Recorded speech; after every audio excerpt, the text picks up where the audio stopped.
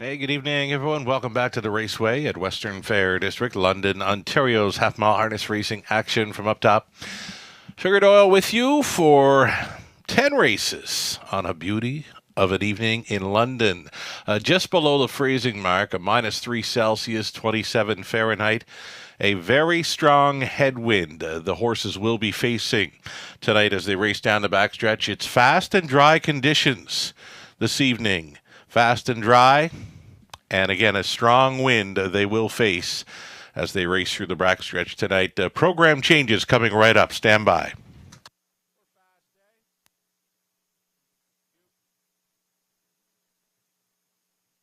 All righty, here we go with program changes beginning in race number 1 in the opener.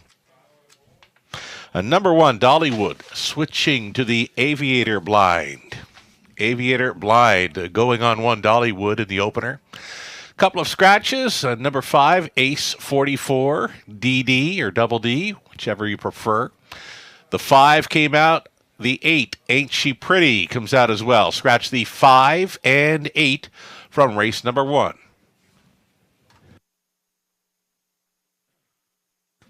Race 2 tonight is clear. Race 2 begins the early pick 4. There are no changes.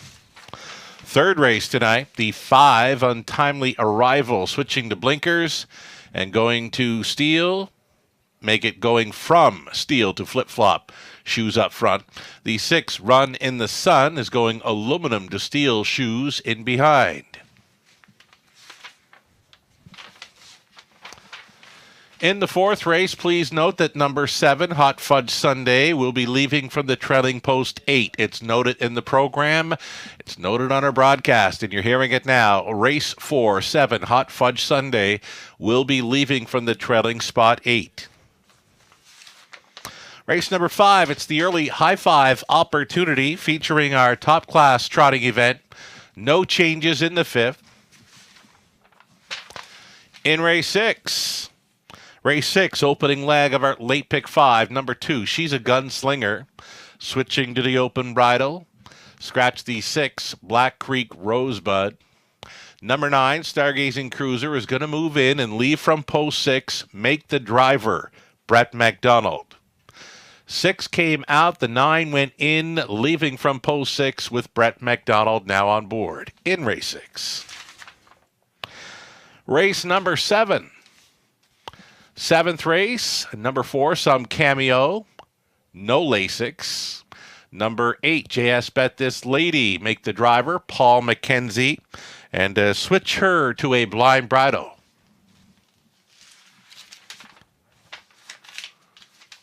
Race number 8 is clear, so too are the 9th and 10th. No changes. Races 8 through 10 on this evening's program. We're now 9 minutes away from race number 1. We'll be taking a short break right now, and we'll be coming back with some ticket ideas for the early pick 5. We welcome those of you on track tonight. It's the opening of the all-new Raceway Lounge on the second level. So the annex is for the simulcast and live racing no longer in play as we open up the all-new, brand-new Raceway Lounge on the second level. That's the former Yuck Yucks room. And welcome and enjoy your evening in that space here on track tonight. 8 minutes away from race number 1. Lots more to come. Stick around.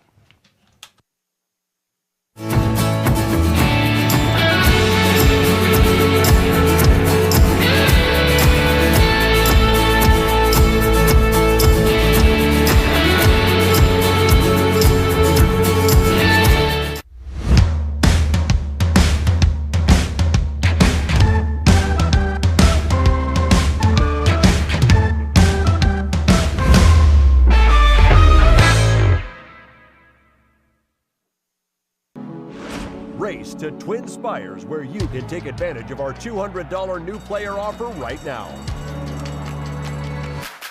Register with code GET200 to start earning your bonus of up to $200 with Twin Spires, where you can watch and bet on the best racing from across the globe.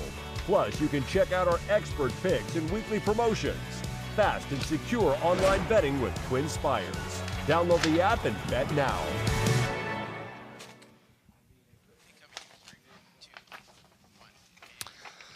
Hi, everyone. Welcome back to the show. You're watching the Raceway at Western Fair District, London, Ontario's half-mile harness racing action from up top.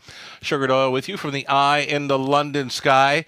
In behind me, you can see it's a beautiful night for a horse race. It's been sunny all day. Track condition, fast and dry. We're just below the freezing mark. They're going to be facing a strong headwind as they race down the backstretch tonight. We've got 10 races on tap. We're coming in hot.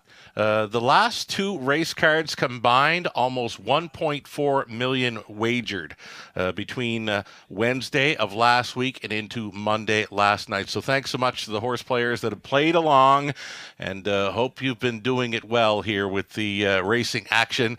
Again, it's 10 races on tap. We'll begin the program with the popular Pick 5 play. I'm told Robert Reed Jr., some tech issues in the early going here. We'll hope to hook up with him at some point through tonight's program during the broadcast. Let's get a look at some Pick 5 ticket ideas then. Beginning in race number 1, the $10,000 guaranteed pool. Low take, of course. It's a go-to. I'm on the 2 and 7 to start things up. I'm on 2, Shadow of Art, Colin Kelly for Paul Davies. The 7, Mickey B. Mouse, Mike Whalen for Walter Whalen. Those are the two that are taking the action. Those are the two that I'll back to start things up tonight. I'm deepest of all, races 2 and 3. I thought this card was one of the toughest cards of this race meet to cap. As far as the multi-leg wagers goes, there was not a whole lot of horses jumping off the page at me. Races 2 and 3, a great example, wide open in my opinion. Over into the 4th race, the Trotters. We're going to go Shoulda Known Better, 7 Iron, Delon Midnight, Cheetah Lopoff. And in the 5th race, just to hold the price at some kind of level, right? The 4, Power and Grace, is going to be my key play to end things off. She's leaving from the center of the gate, expected to be on the lead in our top-class trotting event. She gave it up last time in the late going, though she was stung to the opening quarter, 27-4. If she can make front without a tussle in there, she could be very tough to take down. Number 4, Power and Grace, my single to end off this Pick 5 plus number 5. Robert Reed Jr., though he's not with us in the early going due to tech issues, he is with us for his ticket ideas, race selections, and hopefully more as the night goes on. In race number 1, Robert is going to back the 2, Shadow of Art, as a single. And for Robert in race number 2, he's on the 2, Mini Million, and 5, Zealous Sealster. 1, 2, 3, just like that on the 3rd, Sky Velocity, Lions in front, Dear Birdie. And then deepest of all on the end, races 4 and 5, he's gone 4 deep in each of those legs. Yeah, it's not an easy card to cap, but we do have the fast and dry conditions, the strong wind that they'll race through on the backstretch this evening. You know what? Best of luck to all playing along. As mentioned, we're coming in hot. Almost 700,000 wagered last night. Over 700 wagered on our Wednesday program. So that combining almost $1.4 million wagered on our last 2 programs combined here in London. Thanks so much always to our players who've been playing along, and we hope it continues on into this evening's race card. We're 3 minutes away from race 1 of 10. Again, best of luck to all racing and playing tonight.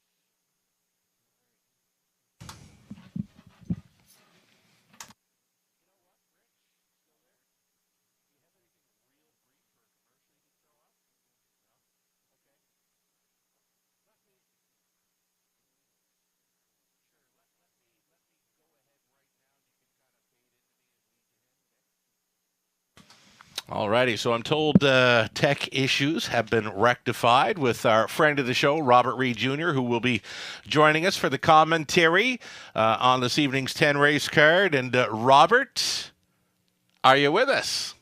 I hope so. Hey. Fingers crossed, right? Can you hear There me he is. okay, Sugar? I can hear you now. Great stuff then. Nice to have you in play with us this evening.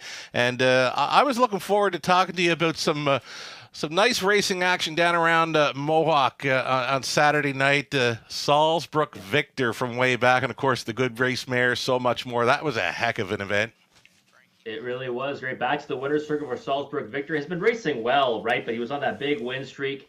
They can't win all the time, right, Sugar? So he took a little bit of a break from the winner's circle. Mm-hmm. So much more has been incredible facing the boys. Some don't like that she's got to go up against them. I mean, it's just one of the things that, I don't think anyone entered a race against her right now in the mare side of it, right? Right. Because, she's so dominant over there. So, but, fantastic racing at Mohawk Park. This weekend, 2 12-race cards, Friday and Saturday. So, tons of more action coming from that side. Right on. The thing about this time of year when there's a cancel or two here and there, you can always count on stacked up cards going forward. That's what we're kind of seeing here this week as well. We're going to do an 11 race card here on Friday night. I'm told the horses and drivers are going to get set to post parade here shortly. Robert, glad to have you with us, and we'll get talking about things again following the post parade race 1.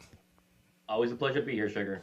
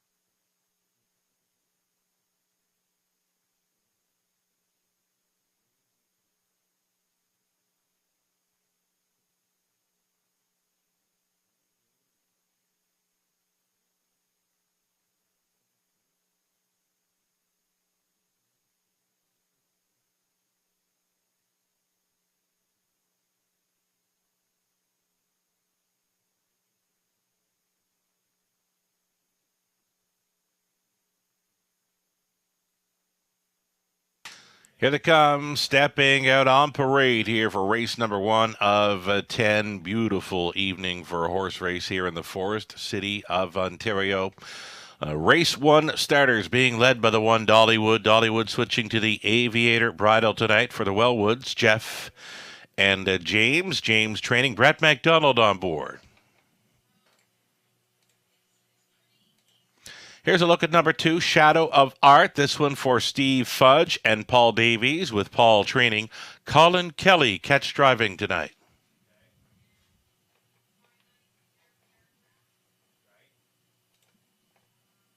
Here's the 3. This is Waxman for John Macmillan, the trainer driver Robert Doyle.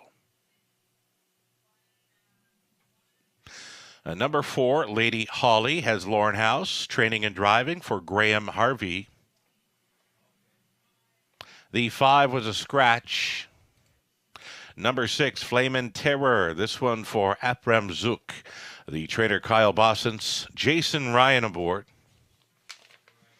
And then the 7 outside, Mickey B. Mouse. This one for Chris Nicole, trained by Walter Whalen. Mike Whalen in the sulky on this second-time starter. Had the debut over Flamborough in her latest to finish 3rd. The 8 was a scratch, so we've got a reduced field of 6 to kick things off here in London, Ontario. 10 races on tap. Beautiful sunny skies to begin the program. Fast and dry conditions, though there is that strong wind.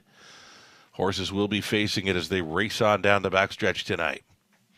We are going to get a look at this too. Shadow of Art in from Flamborough, showing, 2 minutes, 2-1 speed there.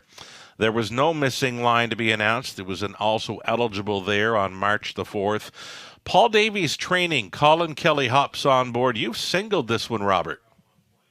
I did. I mean, 1-9 right now, Sugar. I don't think Shadow of Art's a 1-9 shot. Yeah, Mm-hmm. I don't know if I would advise. Well, I definitely would not advise betting him or betting her at that price. Right. But I was happy to single her in the pick 5. Mm-hmm. Listen, Paul Davies trains. He's called his own number in all the starts prior to this. Now you get Colin Kelly aboard. Horse does show a lot of gate speed. I think she's going to try to go down the road tonight. That suits Colin Kelly just fine. We know that. Yeah. And I just thought she might be able to outrun these. I really believe that she's got the speed to maybe run these horses off their feet. But 1-9, I mean, that's way too short in my opinion. But still happy to have this one singled in the pick 5. Here's the deal for me. I see she's showing 2-1 in recent starts. 2 minutes was all right down through January over Flamborough. Flamborough's at least a second or two quicker than here this time of year. So for me, Shadow of Art, those 2-1 miles are more like 2-3 here. I mean, Mickey B. Mouse, the outside chance for Team Whalen from post 7, now moves in a spot. Gets a reduced field to work with. I watched her replay. She closed up very sharp in her career debut at a big price. Right now, for me, that's the best value in here. The 2-minute speed at first asking, that's like 2-2 here in London. That's good enough for me to get the job done. I'm on 7, Mickey B. Mouse, and you can keep your 2, Shadow of Art at 1-9. But like you said, though, you just can't back a horse at 1-9 in this field. No, and I would agree with you right now. The 7, Mickey B. Mouse, is the value on the board. I mean, first of all, she beat Shadow of Art pretty handily last time. Right. The margin was almost 5 lengths, or actually just over 4 lengths, right? And they came up the same race. And the thing is, for me, moving in that spot is obviously huge. Obviously, Mickey B. Mouse has not had as many opportunities, right? As Shadow of Art. So the problem for me, Sugar, was you saw I was spending more tonight to pick 5 than I ever do. Right, yeah. So it's a tough card, right? It's a tough card. I was left with singling one or spending an amount that I would never bet myself, and I'm never going to give someone a ticket that I wouldn't be backing myself, Sure. right? So I would certainly say, again, single to the 2 Shadow of Art on my pick 5 ticket for the broadcast. Will I have some 2-7s myself? Yes, I will. Sure. I might be shortening up somewhere else, though. Here's this thing about Mickey B. Mouse, post 7, big daughter of Always Be Mickey. We know him well from the Racing Wars of years past. I mean, she's just kind of floating out there. She looks nice and loose. I like her body language. Team Whalen, outside post to overcome. Likely not to show any gate speed, but will be closing up at some point. And is she good to go here at first asking in London? It's her second career outing off a decent 3rd over Flamborough. A few more maybe to think about in here. Robert, you've got the 1. Maybe Dollywood in your plays. You got the 8, I see. 8 was a scratch. Maybe Dollywood. Let's talk about that Aviator bridle change. I'm not real familiar with this Aviator bridle. I'm told it's a variety of things, really. Can be a variety of things in a bridle. Yeah, I think it looks for more control, right? Sure. And that's kind of the main objective of it. I mean, listen, she's got the rail to work from, so that's obviously a big plus for the 7-hole. Last time made a break in that one, though, so probably looking for a flat line for starters. So I think she's a small piece horse in here. Sugar, I think you've got the right idea with the 7. 3-1 still a pretty good number on Mickey B. Mouse. The 2 might get away from her, right? That might happen. But, she certainly will have a chance to run her down. Here we go. Beautiful evening. The sun setting here in London, Ontario. It's 10 races on tap. The first of 10 right here with a reduced field of 6. The 5 and 8 had scratched. So it's 6 noses, all on gate. They're at the top of the stretch. And it's still 1-5 for 2. Shadow of Art picking up speed. Here they come. They're rough, and in the center, Waxman for Doyle gets the first call in this one. Shadow of Art towards the inside is pacing second, dropping into third. Flame and Terror from that outside gate. Through the opening turn, Shadow of Art is going to come on and grab control here for Colin Kelly. Pocketing up in second will be Waxman. With them in third, Flame and Terror. Big gap back to fourth. Dollywood, she got away cleanly, but there is that gap of 4 lengths to her in fourth, and she's got 3 or 4 lengths on Lady Holly traveling fifth. Sixth and trailing, Mickey B. Mouse closed up as the 3-1 second choice over to the quarter mile in 29-2. They're on the fast and dry going tonight in London, and it's Shadow of Art, the 3-year-old daughter of Shadow Play, coasting along unchallenged, second best. Waxman, one of the longer shots on the board in here at 40-1. We'll get a decent journey there in second. Traveling in third, Flame and Terror still fourth. Dollywood still fifth. Lady Holly, nothing yet from Mickey B. Mouse. Single file, they went through the half mile. Now there's movement. Dollywood, she got underway at a 4. She's going first up for MacDonald by the half. Believe it was about a minute. That's 3/8 left to go, and high line there. Shadow of Art being asked to pick it up. Shadow of Art still on top by a length and a half. Second best continues to be Waxman out there in third. Dollywood buried fourth now for Flame and Terror.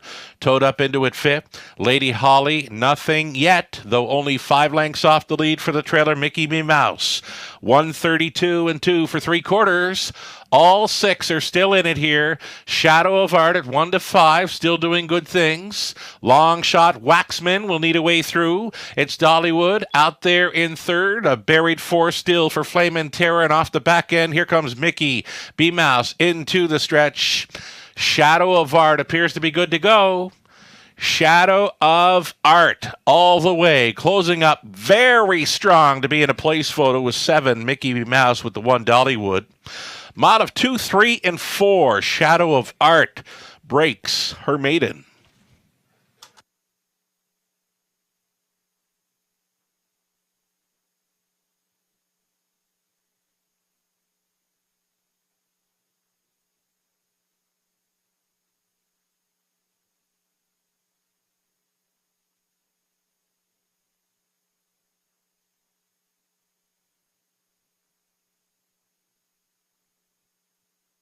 It's the 2, Shadow of Art. Nice single to start things up in the pick 5 play for Robert Reed Jr. With us for the commentary tonight. Holding second was the 1, Dollywood. Dollywood had that bridle change, was minding her manners, and finish a decent second. To the closer, number 7, Mickey B. Mouse from last, up for third, and then 3, Waxman fourth. 2-1, 7-3, your top 4. It's unofficial.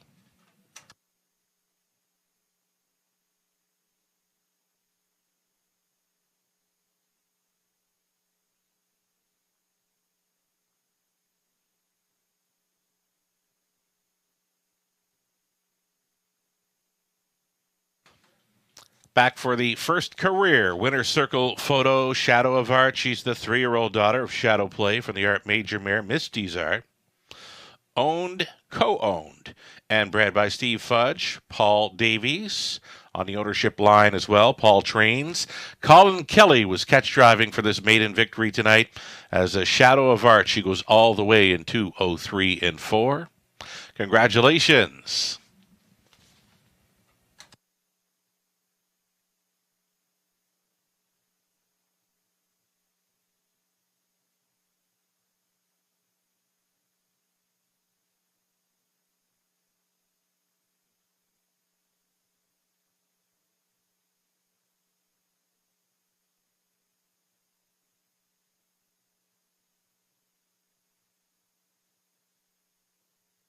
Going official here in the opener. Dollywood was second. Shadow of Art won it. Waxman fourth.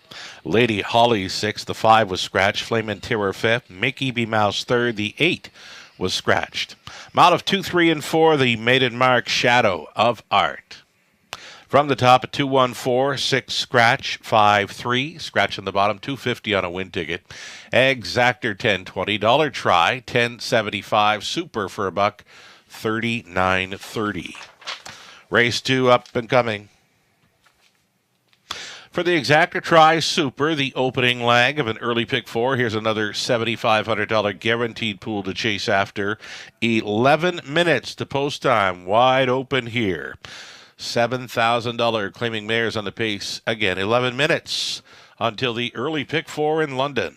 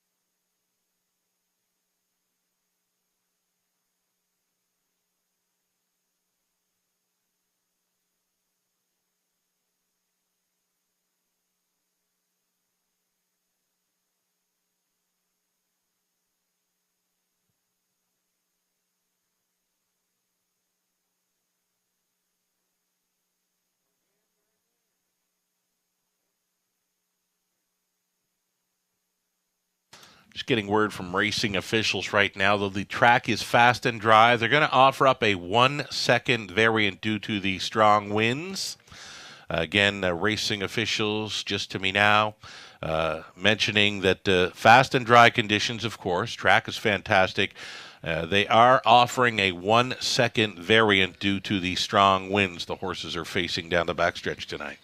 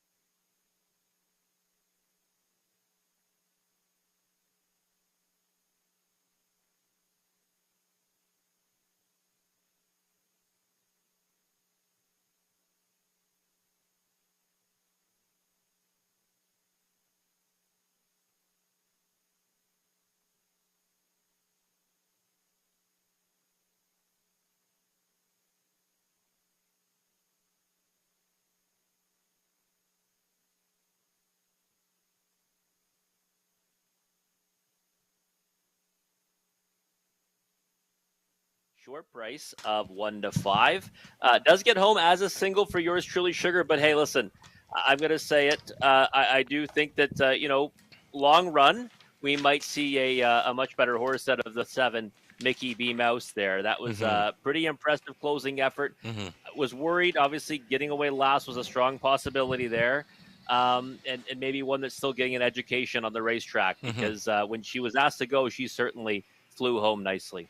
A wind assisted too, right? She had that strong wind behind her down the stretch when others had been, well, the pace setter, she faced that stiff breeze down the backstretch, and she was just happy to get there tonight in a 2:03 and 4 mile. I was surprised to see the mile 2:3 and change because the track it does look fantastic. But over to my left, the racing officials immediately following the race said, "You know what?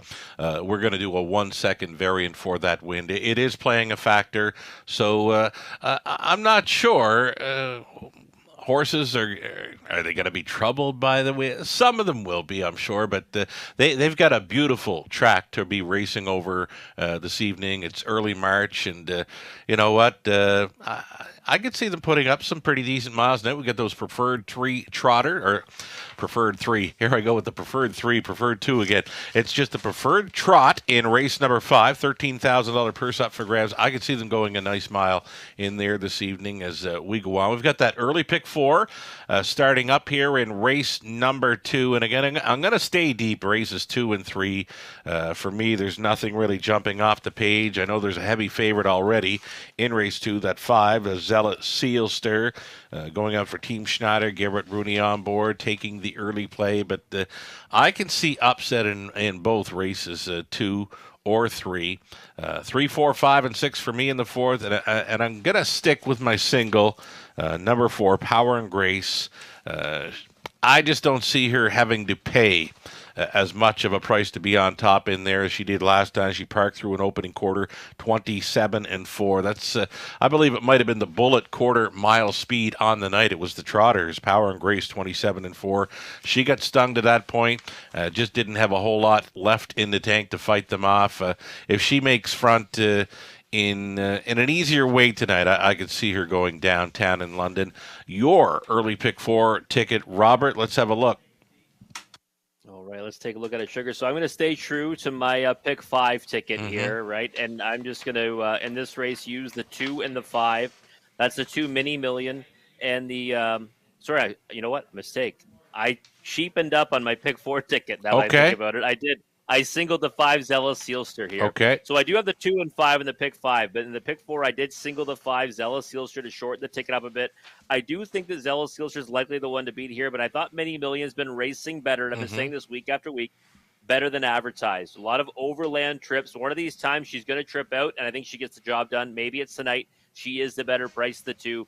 Again, pick 5, I do have the 2 and 5, but in the pick 4, sure, I wanted to have a single somewhere, so I singled the 5 Zealous Sealster. The 1, 2, and 3 for me in race 3. I do give the edge to the 1 Sky Velocity. I've been kind of impressed by the way that filly's progressed, and I really am interested to see what she does tonight with the rail. She does have a bit of gate speed, but I do want to have the 2 Lions in front, second start back, and Dear Birdie, who is now 3rd career start, but I think getting better with each one. Race 4, the 1, 4, 5, and 6. I originally was looking towards the outside with the 4, 5, and 6. I think they're probably the 3 of the better trotters in the race. Right. I think I want to have the 1 Spun for Magic with rail control. Last time, post 7 blasted off. This time, won't have to work as hard from that rail spot. So 1, 4, 5, 6 for me in race 4. In that 5th race, I think it's a really nice addition to the preferred. Power and Grace, my girl, especially over this oval, would love to be on her alone like you are. But I thought that the inside 3 also raced fantastic in their last few efforts. Heavy duty.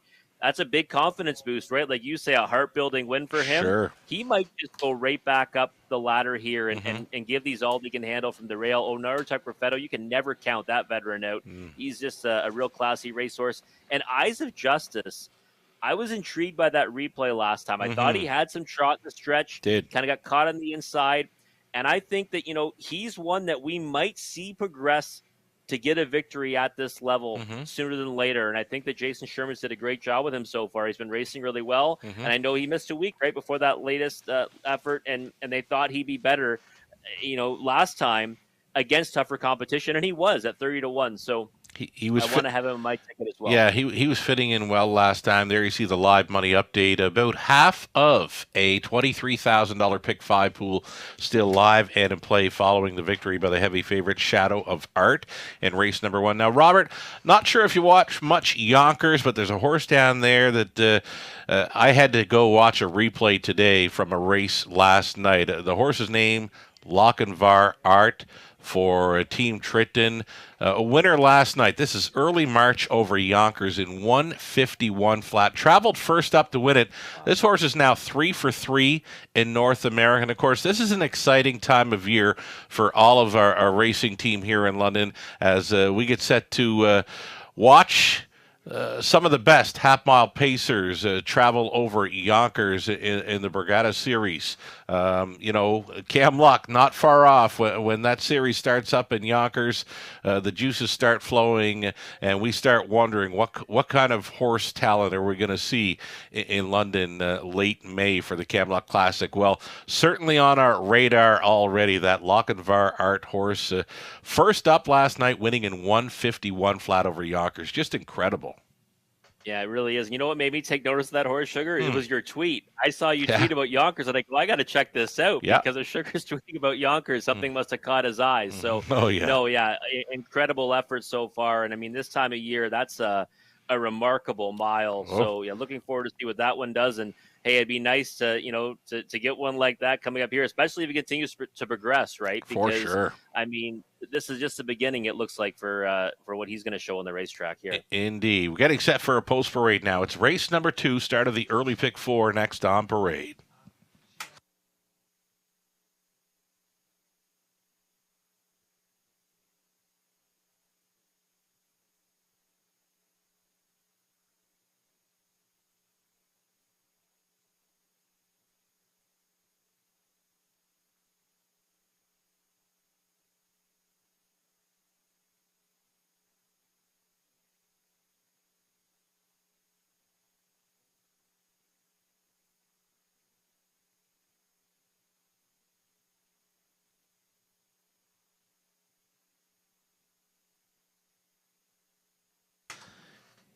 Here come your pacers now for race number 2. $7,000 tags on the mares. Number 1, Lady Jasmine, goes out for owner-trainer Neil Desborough, Paul McKenzie on board tonight.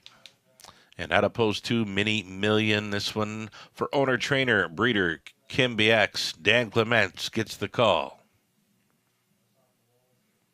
Kinder Grace, at opposed 3, Tyler Borth for Leanne Davidson. The trainer's Darryl Laver.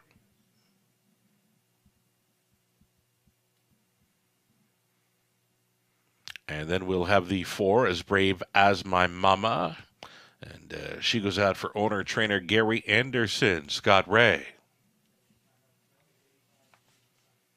Even Money currently at number 5, Zella Sealster, has been taking the action all along here for owner-trainer Cass Schneider. Garrett Rooney on board the 5. Scottish Mock is 6, Ryan DeRoche pilots for Dan Mead. The trainer's Rob Doyle. Outside chance for the 7, Mock Shark. Jason Ryan stays on for Mark and Mardell Adams, along with Robert Emmons. Vic McMurrin trains. And from the trailing spot, 8, Come On, Son. This one for owner-trainer Gary Freer, Natasha Day on board for the drive. Those are your 8 pacing mares. $7,000 claimers. Exactor Tri Super. It's the early pick 4 starting up right here.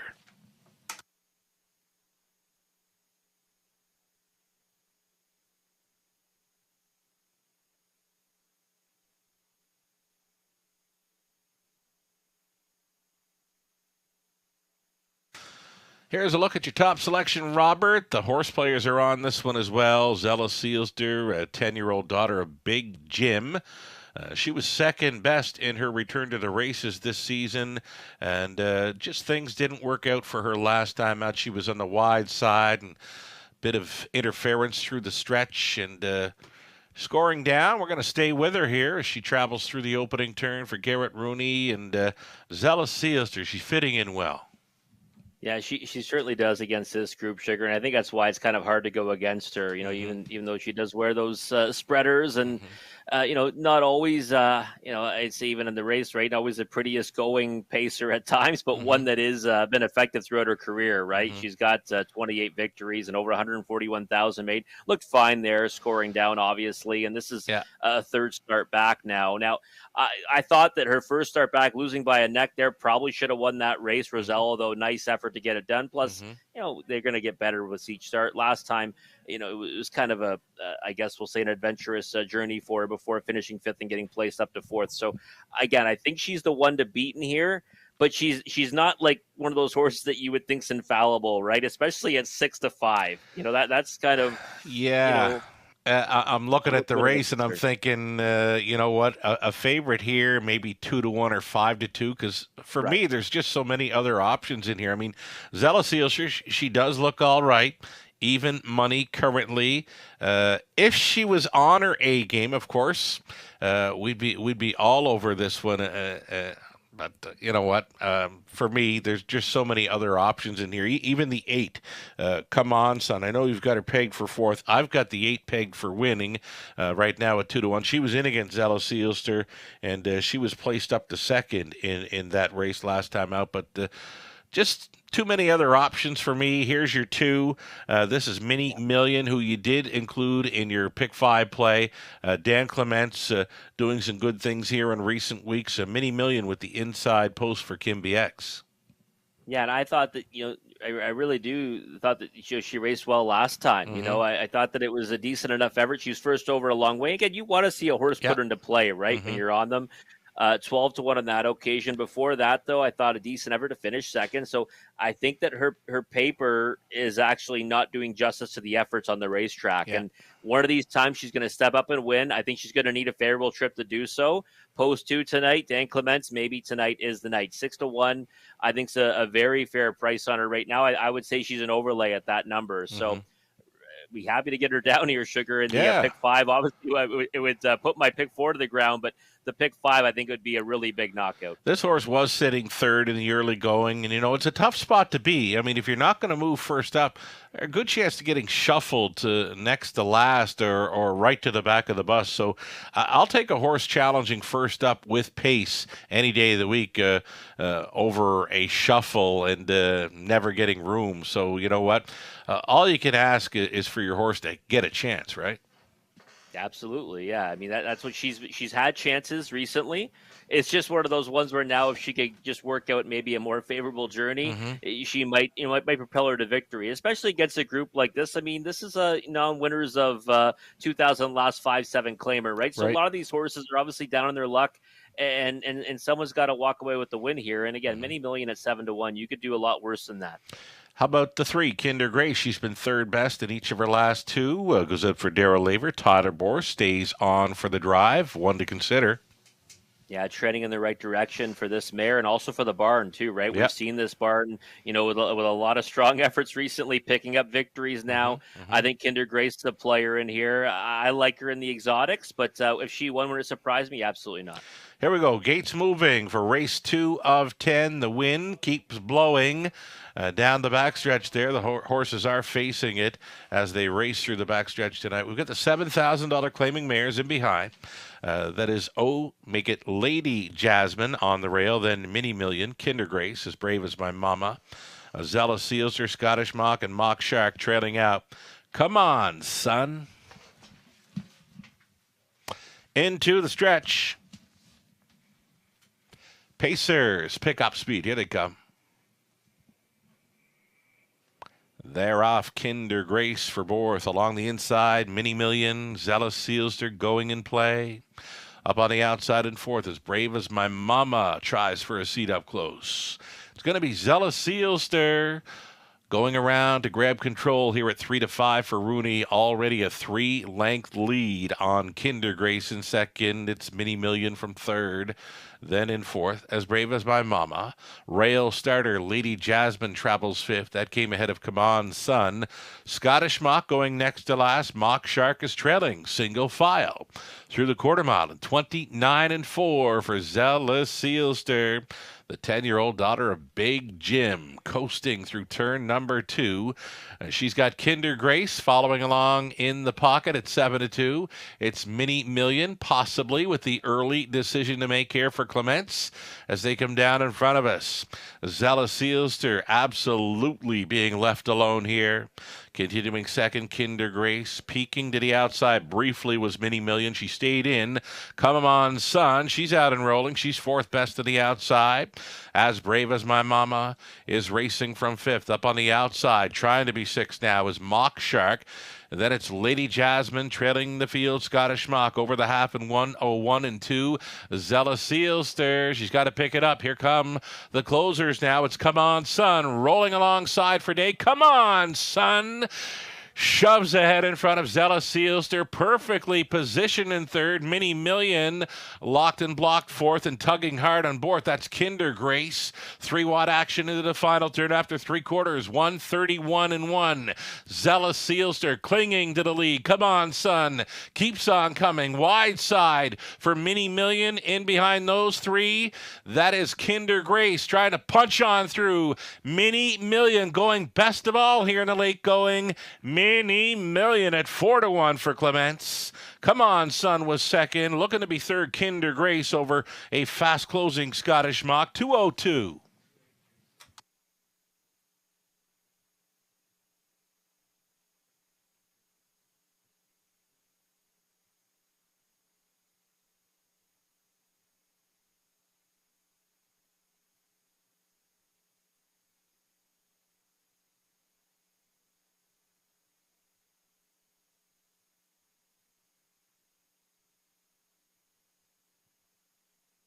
It's the 2 Mini Million winning over 8 Come On Son.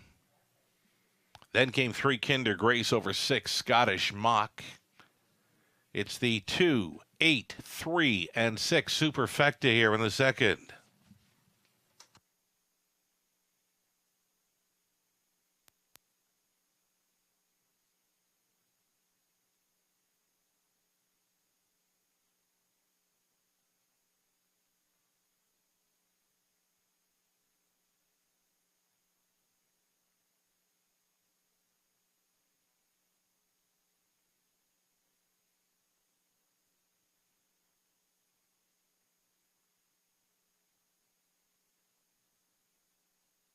Here's Dan Clements coming back with Mini Million, a 6-year-old daughter of He's Watching from the Cam Luck mare, Luck of Diane. This one owned, trained, and bred by Kim BX of Leamington. Dan Clements on board for the mare's 6th career win. It's her first of 2023. Had her in a great spot to circle up late here. Mini Million takes race 2 at 4-1.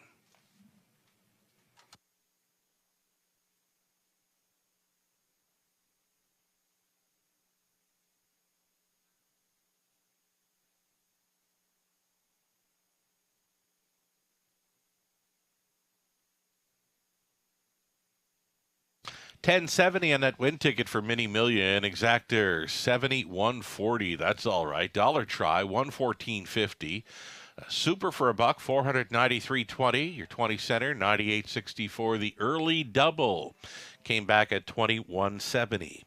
Lady Jasmine was 8. Mini Million won it. Kinder Grace was 3rd. As Brave as My Mama 7th. Zella Sealster 5th. Scottish Mock 4th. Mock Shark was 6th. Come On Son was 2nd. 29-4, 101 and 2, 131 and 1. The mile was 2:02. Mini Million from the top at 8:13.75. 4:62. Our third is next. We're 11 minutes away. Number 5, Untimely Arrival. Steel to flip-flop shoes up front, puts the blinkers on as well. The 6, Run in the Sun, aluminum to steel shoes going in behind. 8 Pacers on track for the third. Exactor try super. Pick 3 opportunity next in 11 minutes.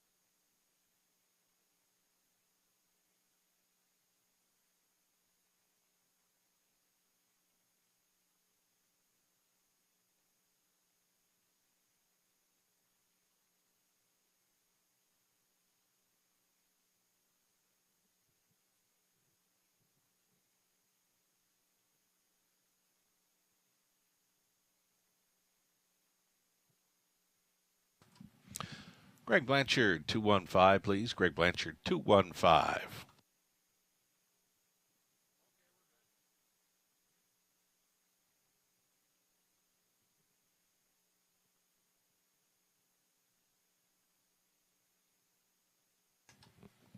You can disregard the 215, Greg. Disregard.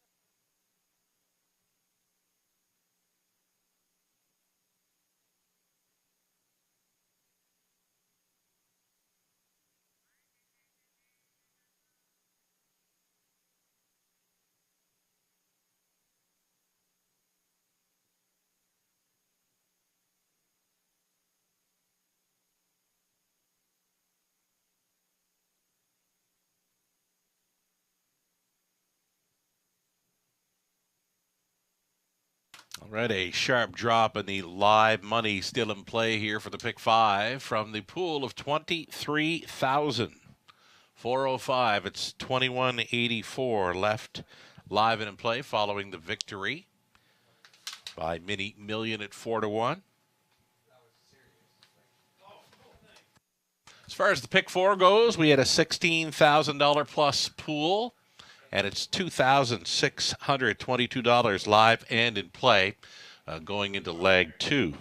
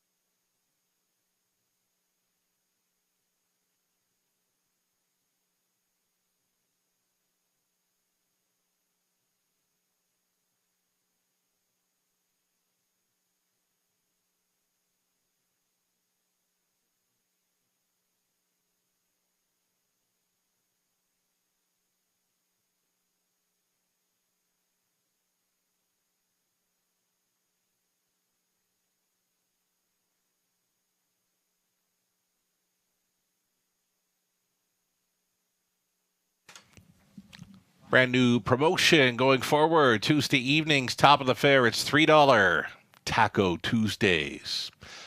With a purchase of any beverage, it's $3 tacos at the top of the fair every Tuesday. Going forward, 5 minutes away from the upcoming third.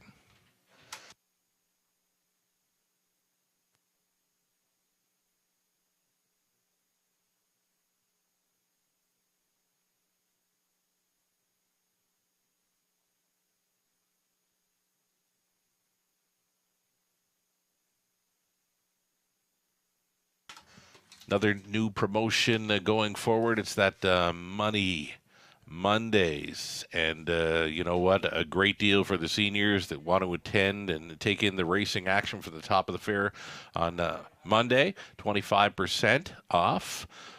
Meal prices. There's also Gateway Gaming plays and vouchers for the Raceway as well, betting vouchers. So Monday evening, top of the fair, it's Money Mondays in play. And again, that 25% seniors discount in effect on our Monday evenings.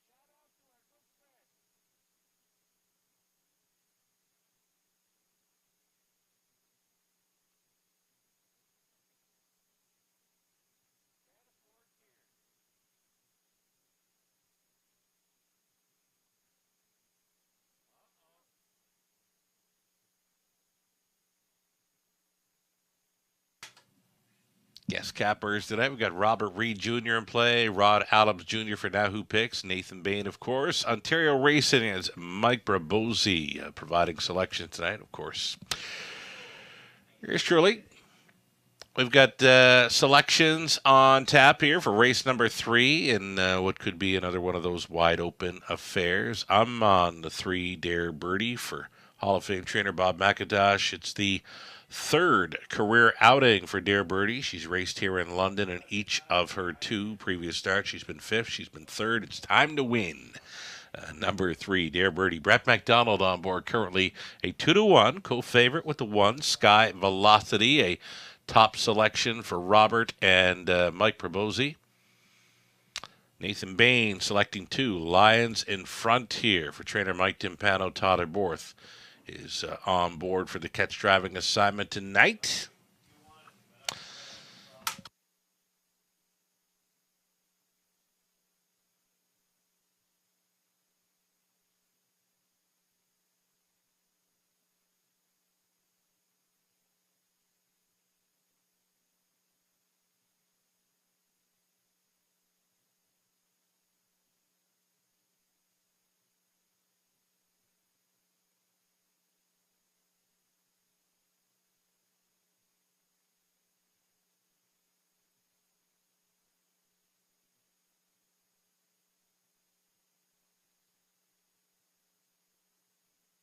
Just prior to a post parade here of race number 3, I'm going to send out some anniversary wishes to a friend of the show in Ace, and the luckiest woman on earth, Denise, celebrating their 37th wedding anniversary today, and just want to pass along a note to Denise. I did not write that.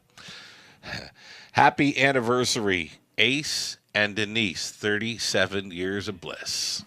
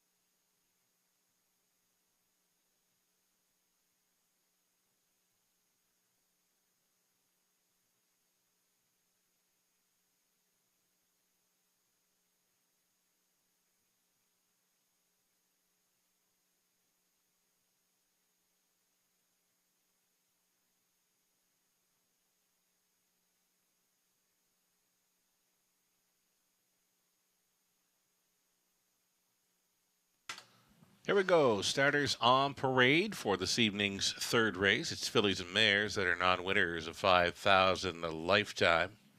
Led by the 1 Sky Velocity. This one goes out for owner-trainer Gary MacDonald. Paul McKenzie aboard.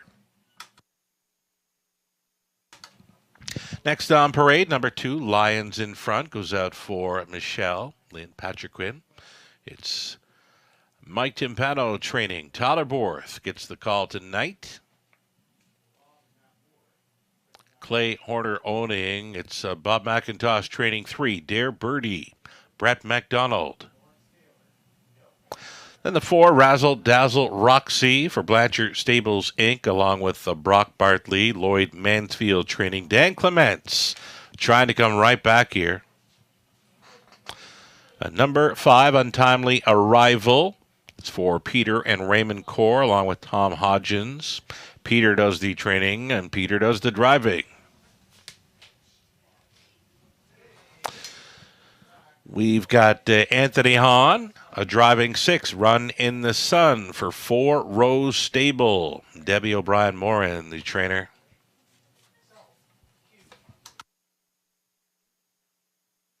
Seven outside, Jessica Shadow, Mike Whalen, pilots for Chris Nicole, trainers Walter Whalen. And to trail out, number 8, Sunshine and Rain, Travis Cullen stays on for Keith Wilson, Dean Wall, Dino trains. There you have your 8 pacers for the third Exactor Tri Super, the opening leg of a pick 3.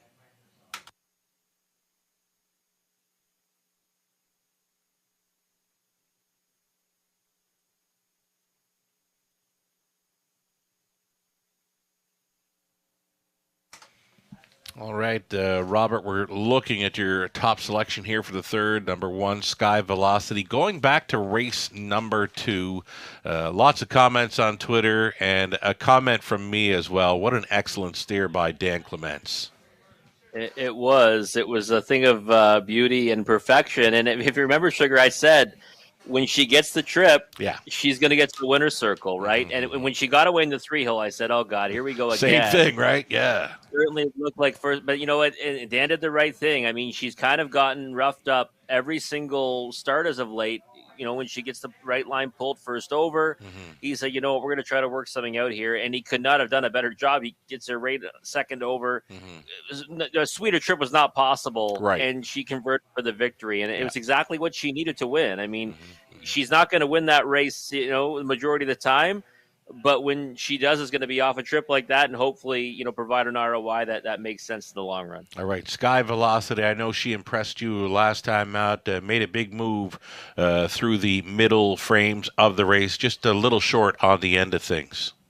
Yeah, I got beat by my outside voice. You know I'm fond of that one, right? So I never have a problem going to one that gets beat by one that I respect. And I thought the Sky Velocity, again, it was a real nice effort last time. And she's kind of been up and down through her starts. You see she's had some that have been really good, other ones that have just been so at best. But I think she's trending in the right direction, and she gets the rail to work from today. I just looked at it and said, you know what, if she can get forwardly placed, you know, she can certainly get the better of this group. 7-2 is definitely the right price, in my opinion. Don't like the fact she's been throwing her head, though. She looks a little bit fired up tonight. Not sure if that's a good thing or not. It could be the wind, you know, getting into those ears. There is that strong wind. I mean, the racing officials have given them 1 second because of that strong wind tonight. Go ahead. No, I was just going to say, you're probably right. I mean, inexperienced racehorse, not maybe used to this kind of wind that she's facing tonight, but not liking the way that, you know, she's responding to it anyways. Okay. But still my top choice in the race. It's a good observation, Robert. How about the 2 Lions in front? This Maritime Invader for Michelle Lynn Patrickwind down around Nova Scotia. It's going to be the, we're now at the 3rd Ontario start. Tyler Borth, leading driver here in London, catch driving for Tim Pano. Yeah, I thought you know she's been okay. I thought the effort here against my outside voice was a decent one. Took a lot of money in that effort, and that kind of worried me before the race when I was loving my outside voice because this was the type of horse that, you know, taking that support might mean good things to come. I think that she's got a reason to improve this evening. 9-2 on the board, not really a terrible price. I thought she'd be a bigger number than the 9-5 in the morning line, but I didn't think she'd be that price. I thought she'd be more in the range of 5-2 or so. Okay, your third choice, my top selection. I'm going to stick to this one all day. This is turning into one of my better bets of the night here. Dare Birdie looking fantastic on track. Brett McDonald on board. We've got fast and dry conditions for a Bob McIntosh trainee. Home in 28-3 in the career debut back on February 21st.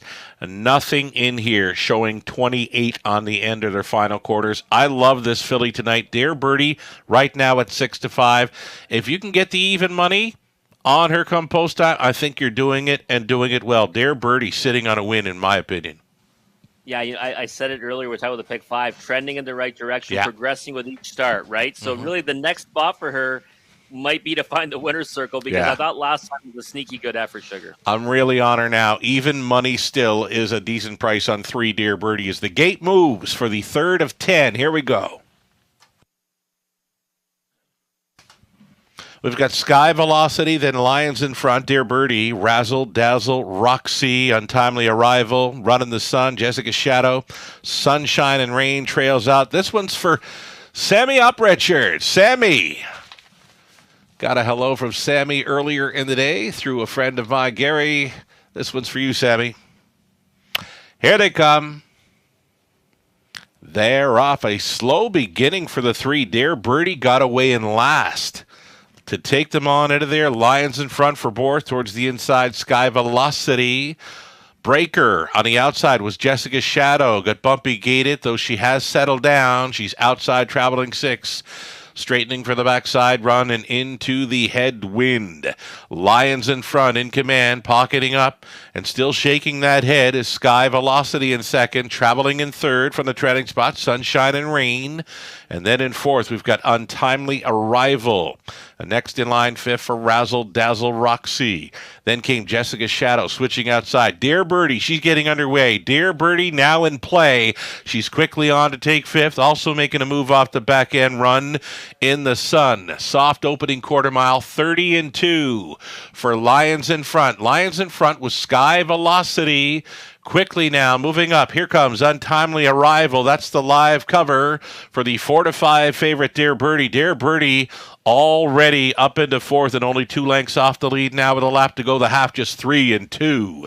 And it's still Lions in front. Up and after this one, Untimely Arrival at Sky Velocity in third. Dear Birdie's out there in fourth. A buried fifth for Sunshine and Rain. On to take 6 was Run in the Sun. Then came Razzle, Dazzle, Roxy, and the trailer moving out was Jessica Shadow up and by 3/4. They pick it up now, and it's Untimely Arrival at 50-1. Try to blow one up here. A little steppy on that front end. Lions in front, throwing in a few miscues there, but keeping it together. After 3/4, they were there in 133 flat. Now backing up abruptly. Untimely Arrival. Room at the inside now from second. Here's Sky Velocity into challenge. Pace setter. Lions in front as they make the swing. Lions in front. All in here. Sky Velocity and coming on through towards the inside. Sunshine and Rain. Lions in front. Holds on to win by a head. Borth for Tim Pato. It's Sunshine and Rain for second. Sky Velocity third. Run in the Sun finishes fourth. 2, 3, and 1.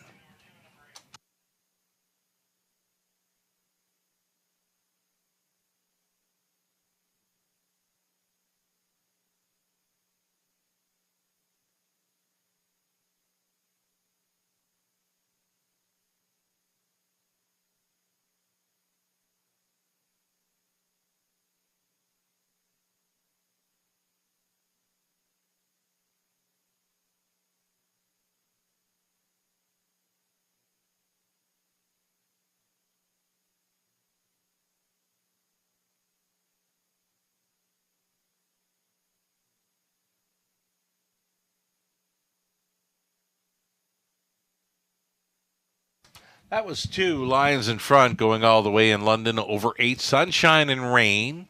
Finishing third, the 1 Sky Velocity, and fourth, number 6 Run in the Sun. 2, 8, 1, and 6, your top 4 unofficial.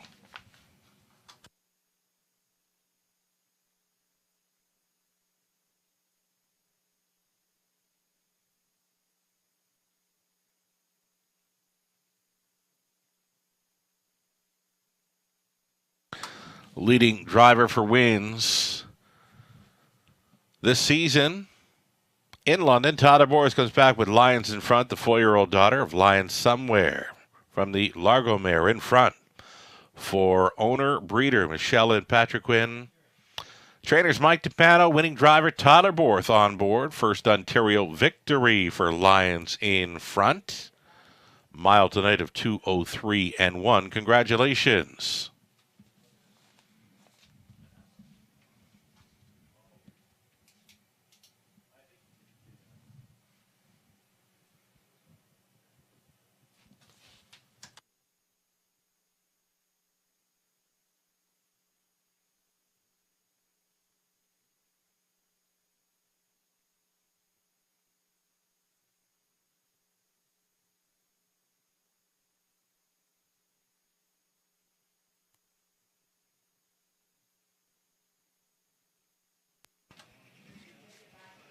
You see the skyline for London in the background there of our track. We got the full moon showing up this evening in London. Racing underneath the full moon. We're official here for the third.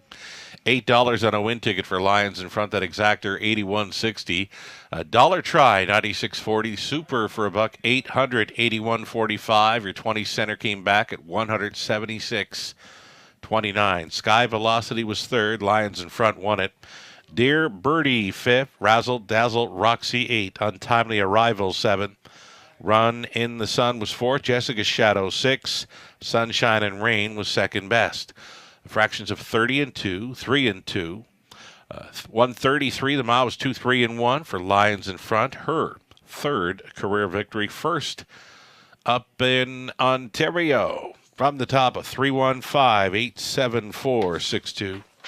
Our fourth is next. Group of trotters.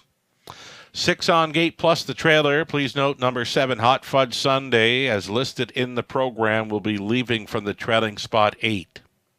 Exactor Try Super, start of a daily double in 12 minutes.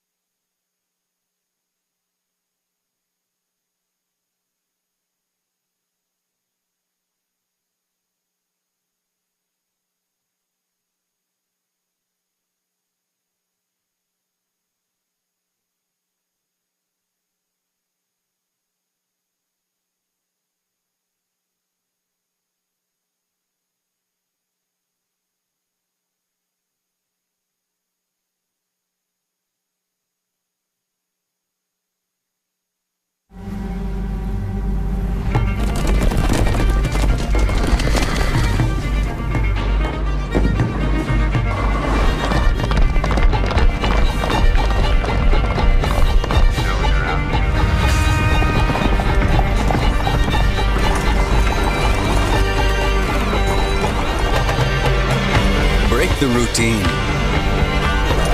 Start today at OntarioRacing.com. Race to Twin Spires, where you can take advantage of our $200 new player offer right now.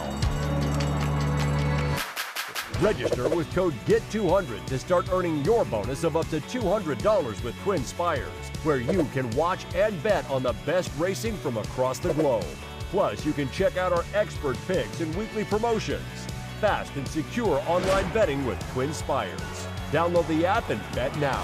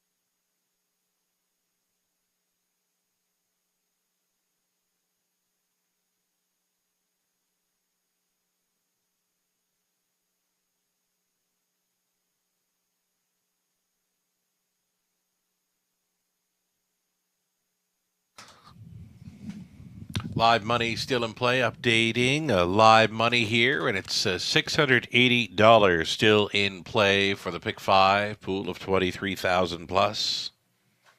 Pick 4 live money, $16,000 plus pool there, and it's 708 live and in play. Following leg 2.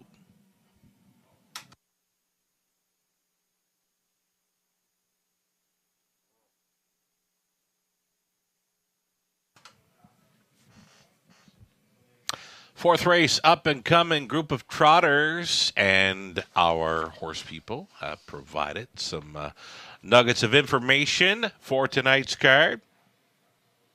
Thank you to Preston Shaw, Tony Hamlin, Natalie Elliott, Jason Sherman, Cam McQueen, Bruce Goit, Rick Kennedy also involved tonight with bits of info. Here's Preston Shaw on the 2, I Am What I Am, mentioning as long as he behaves behind the gate, he'll have a great shot here. Currently 3-1. Number 2, I Am What I Am, has to get away cleanly. Tony Hamlin driving 3. Should have known better for owner-trainer Mike Hamlin. And Tony mentions about should have known better. Should be tough with a good post tonight. Starting to really come into himself lately. Number 3, should have known better. Just missing last time out, 2 minutes flat. So coming around, should have known better. Tony Hamlin providing a bit of info here for the upcoming fourth race. You can find these nuggets of info on our website. Go to our race day page, westernfairdistrict.com/raceway. You'll find a free program, selections, live video feed, and now the all-new track nuggets.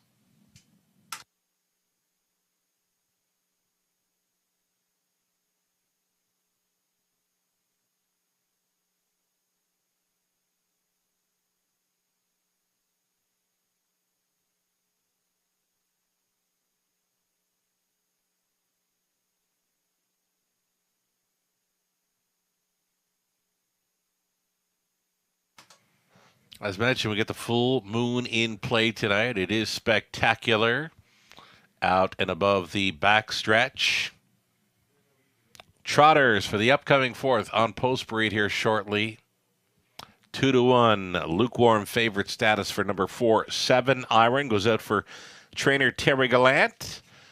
Terry finishing 1-2 in our preferred top class pacing event last night.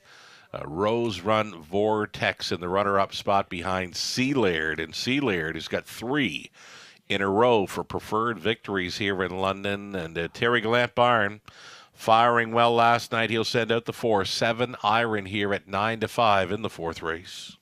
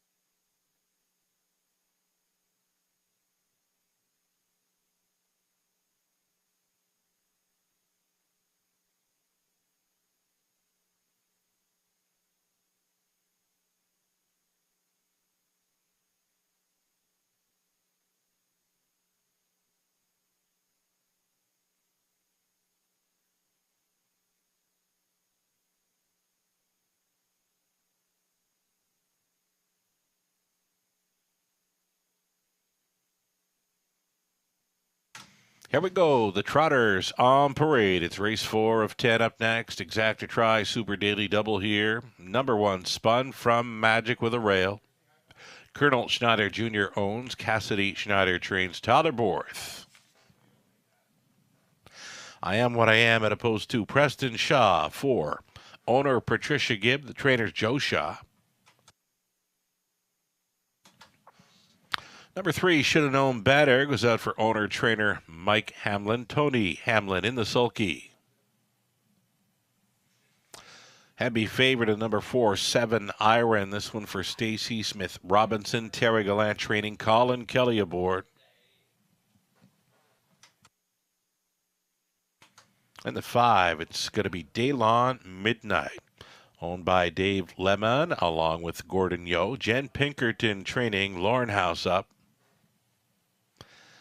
Cheetah Lopoff is 6. It's Brett McDonald driving for Nicholas Malcolm. Trainers Ron McDonald. And number 7, Hot Fudge Sunday, will be leaving from the trailing spot 8 for Angie and Mary Carroll. Angie does the training. Alfie Carroll is driving. So it's 6 trotters on gate plus. Number 7, Hot Fudge Sunday, will be trailing out. Again, the Exacta Tri Super Daily Double starting up, and the favorite continues to be number 4, 7 Iron. Top selection here for Robert Reed Jr. And we'll get a look at this one scoring down with Colin Kelly going back on board for the drive. And Robert, nice and easy score down here for 7 Iron. The Terry Gallant barn firing on all cylinders, finishing 1-2 in her preferred last night with Sea Laird and Rose Run Vortex. Yeah, and how about the price on Sea Laird in that race, Sugar? I mean, Ideal Perception, a horse that, certainly merited respect in that spot, but Sea Laird should not have been that big of a number. No. I mean, he's been so good, especially at the Raceway. And yeah, the Terry Gallant barn had a couple of live ones in there, and they went to the wire, pretty comfortably. They 1-2 ahead of the rest. Home in 27 and change in there. That was crazy. Sea Laird's been a very nice, nice efforts over the Raceway, and even some nice ones at Mohawk Park as well. But 7 Iron, I just thought, coming back from Flamborough Downs now, this horse was a winner and now there's a 5,000 the last 3 on January 24th. I thought that was a real solid effort, and since then has turned in some decent ones, over the half-mile service of Flamborough as well. Just thought that he figures in here. I mean, you've got to also ride the fact that, the Terry Gallant barn's been having a lot of success as well. Even money's probably, a bit of an over bet, but I thought he did deserve the respect of being picked on top in here. 7 Iron holding right now at even money. Another one to consider in here, race number 4, you've got the 6, Cheetah Lopov. You've been on this one for a while now. Yeah, we've been riding him a little bit. I thought he had a chance in his first start back. It was a good effort, actually. He got caught behind one, kind of taken out of the race. Then he went off at a bombs away number from the 7 hole, 23-1. That was a huge effort to be second on that occasion. Last time raced well again to be third at 4-1. And I thought he would take more support in here today. Shocked that he's 9-1 right now, Sugar. I thought that Cheetah Lopov would be around 3-1 or so, because he's kind of versatile in his racing style. He does have gate speed when he wants to use it. He can also race from just off the pace as well. So I think with the right trip, he can get there, and the price right now is certainly right on Cheetah Lopov. The more I look at this race, the more I'm thinking the speed will be the 6 Cheetah Lopov along with the 1 Spun from Magic. I could see them lining up first and second, not quite sure of what order. I really struggled with making selections on this card tonight, and you know what? I believe I have yet to find a winner here tonight. It's a tough card, but I think I got the 5, Daylon Midnight, picked on top in here. I have seen some signs of encouragement. Second best 2 back, and then third last time. Price is crazy good right now at 20-1. Yeah, I'm a little bit shocked. And you know what? People shouldn't be too worried about the fact that one was racing in an easier spot than others. And now it looks like he's moving up in class. I said it last week, Sugar. That was actually a tougher spot, right? That non was a 2,500 last 3. Was tough for the top condition. I mean, there was all killers in there. Heavy duty. So Heavy Duty was the winner. Now he's got a chance to prefer tonight. So I thought Daylon Midnight raced really well to be third on that occasion. I thought he's got, upside potential in here. I thought he'd be around 4 or 5-1. Same. I did not expect 13-1. So to me, if you're looking for the value play on the board right now, there's no question about it. It's the 5 Daylon Midnight. Seconds away. Final thoughts on this trotting event. I know Preston Shaw sent in a bit on I Am What I Am. Says he'll have a great shot, just needs to get away cleanly from post 2. I was kind of with you, Sugar. I thought this card overall was very difficult. That's my pick 5. Yeah. More than I've ever spent really on a card, I think. Right. And I thought the key tonight was just trying to nail your singles and then just survive in the other spots. You know what I mean? And this race here, I mean, I guess 7 Iron, even money. I can't get there at a win price. I'd look for better value. Daylon Midnight, maybe Cheetah Lopov for me. Daylon Midnight dropping slightly, ever so slightly. Still getting double digits, though, on him. The 5-horse Daylon Midnight, 10-1. Here we go, then. We've got Spun from Magic, I Am What I Am. Should have known better. 7 Iron, Daylon Midnight, Cheetah Lopov, and trailing out Hot Fudge Sunday. on a Tuesday in London. Top of the stretch.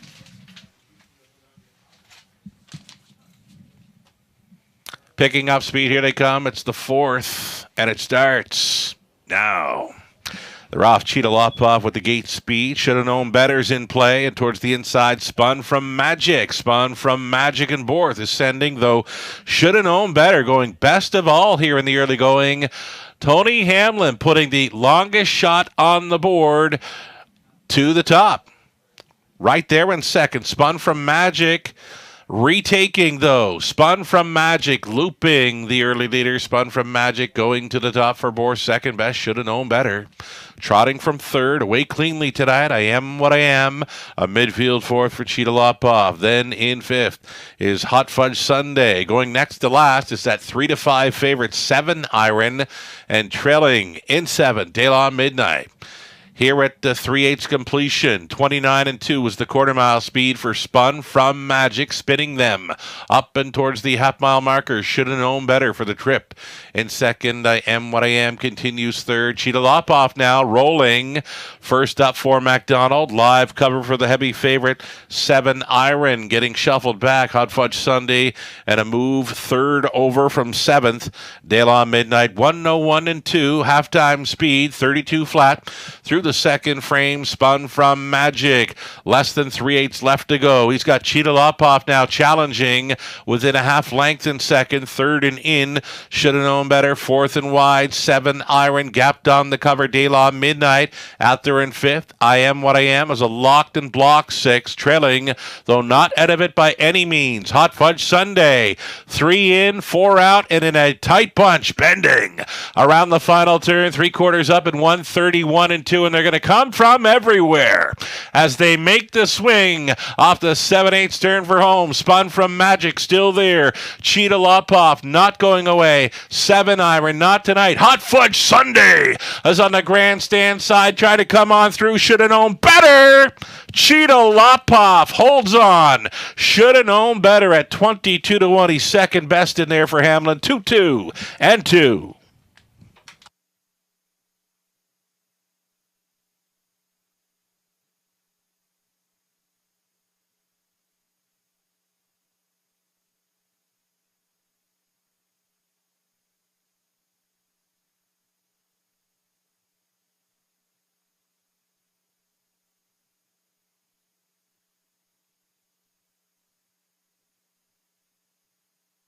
It was a great horse race. Any one of 7 through that final quarter. It was the 6, Cheetah Lopov, who went first up for MacDonald. Home and cooled here, threading the needle late. Number 3, should have known better. Closed up sharply for the deuce. Holding third was on the outside Hot Fudge Sunday, and towards the inside Spun from Magic, involved in the superfecta. 6, 3, 7, 1. It's unofficial.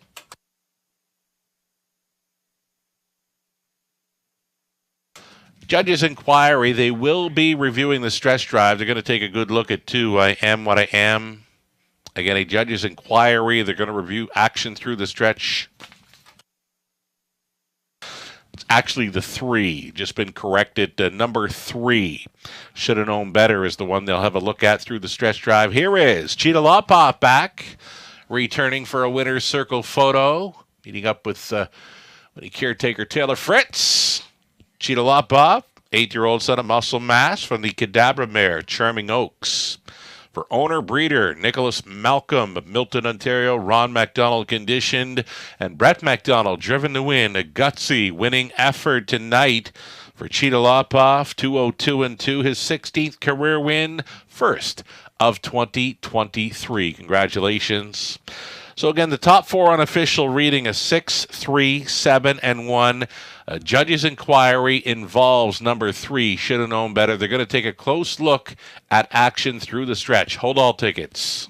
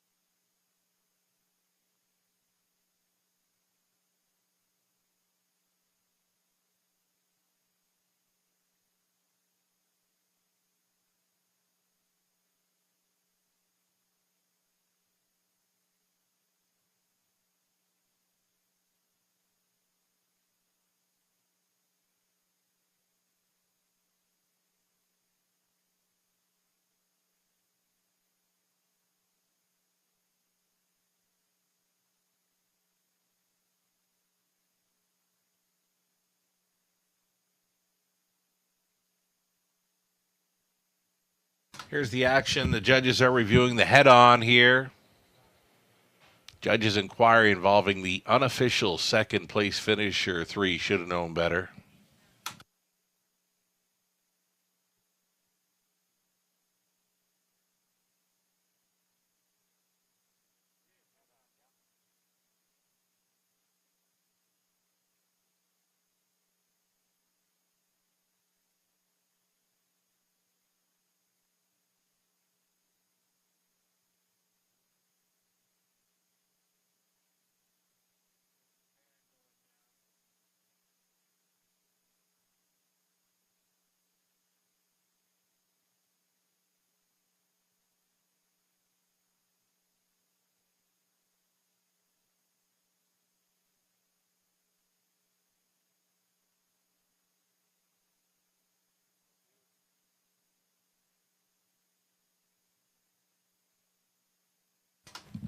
Ladies and gentlemen, as a result of the judge's inquiry, there's been a placing. Number 3, should have known better, finished second, will be placed fifth for causing interference to number 4, 7 iron through the stretch drive. It's going to change up the call on race number 4 again. A placing. Number 3, should have known better, was second, placed fifth for causing interference to number 4, 7 iron through the stretch. Makes a new call read as 6-7-1-4.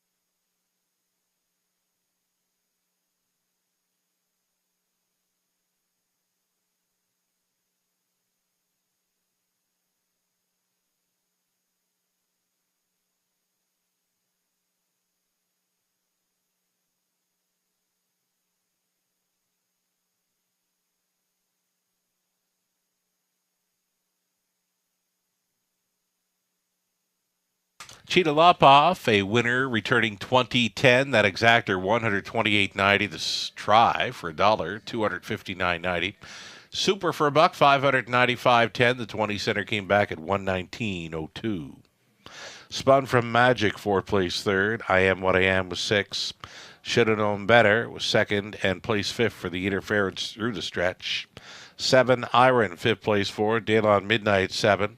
Cheetah Lopov won it. Hot Fudge Sunday, 3rd place, 2nd. 29-2, 101-2, 131-2. The mile was 2-2-2.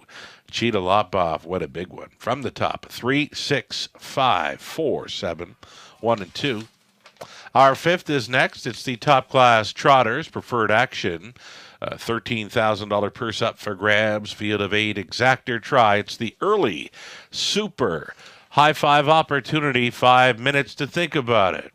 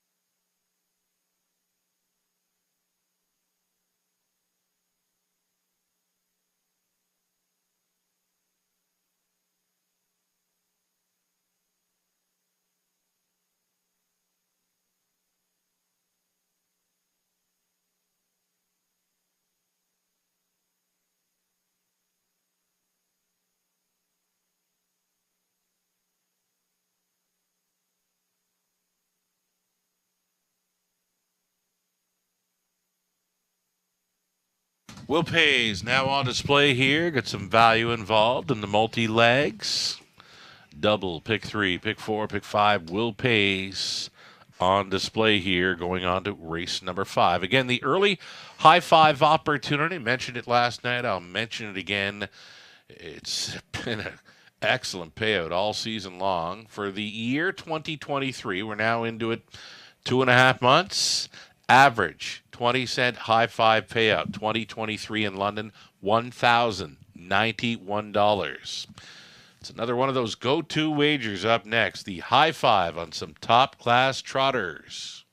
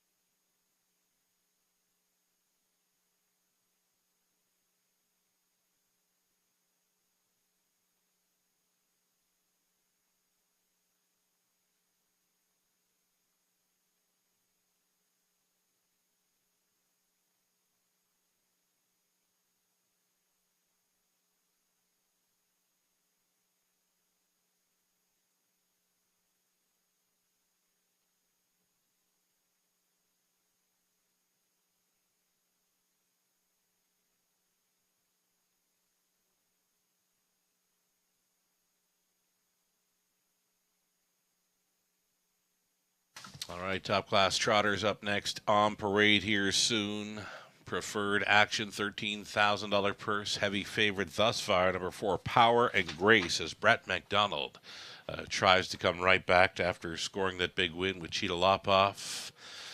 Getting word of claiming action, race 6, there was a single claim entered at number 5. She's got the luck. A single claim for 5. She's got the luck in race number 6.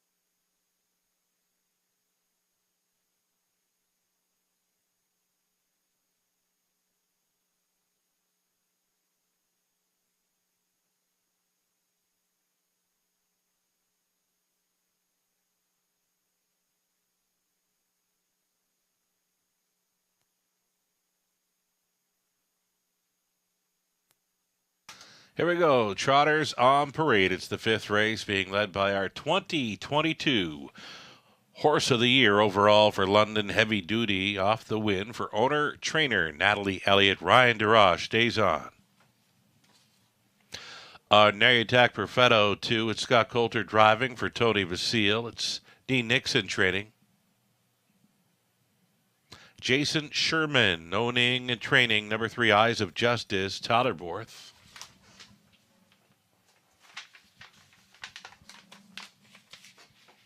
Then the 4, Power and Grace. This one for Hartel Maintenance Inc., Lorma McClure. Ron McDonald training Brett McDonald, trying to come right back here.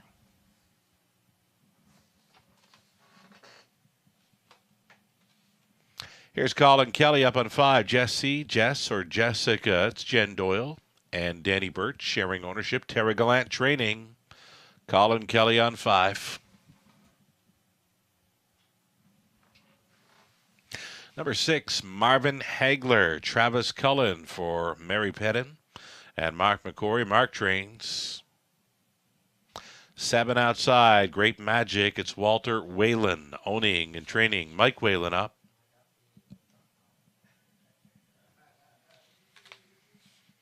And then the trailing spot for 8, Muscles Aplenty. Patricia Gibbons.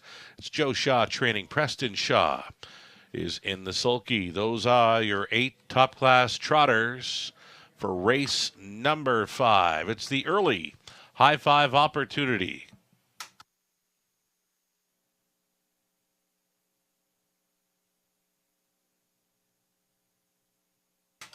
Here's Robert Reed Jr. taking a shot with number 3, Eyes of Justice. Tyler Borth stays on to drive, following a decent showing last time out for owner-trainer Jason Sherman. Clocked up a trip here in 158-4 against our best trotters. And you know what? We got the nugget supplied by owner-trainer Jason Sherman as well. On good form right now. And we'll have his eye on the try, hoping for the top 3 finish. Sherman with Eyes of Justice. You want him to win, Robert.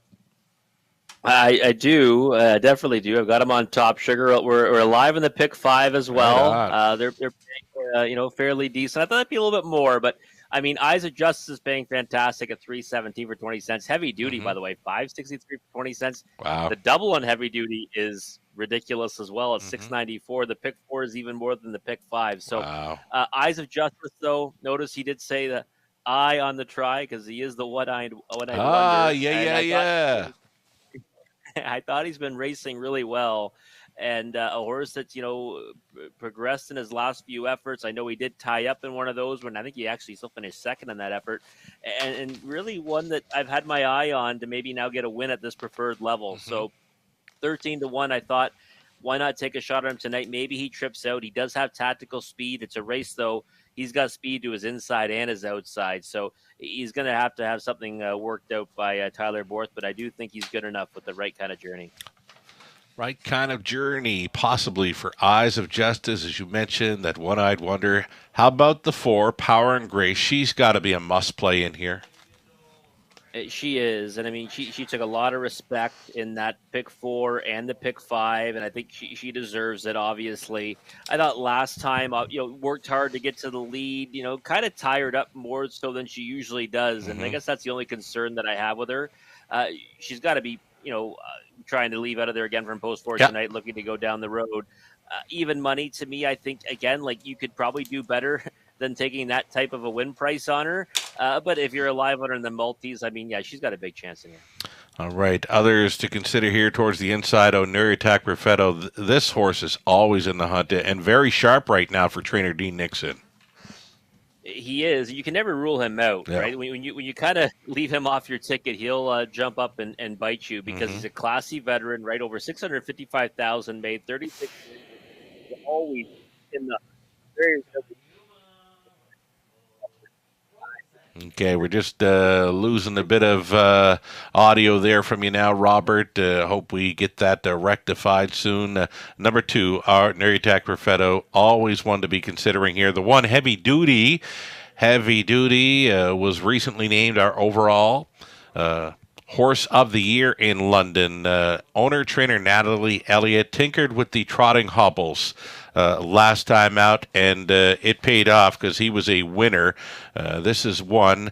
Heavy Duty on the rail. Natalie Elliott mentioning has been sharp since last week's win. A nice rail advantage with the class jump here. You with us, Robert? Okay. Can you hear me, Sugar? There he is. Yeah, we're just talking up the one, Heavy Duty. I know Natalie Elliott. She tinkered with the hobbles last time, the trotting hobbles on this one.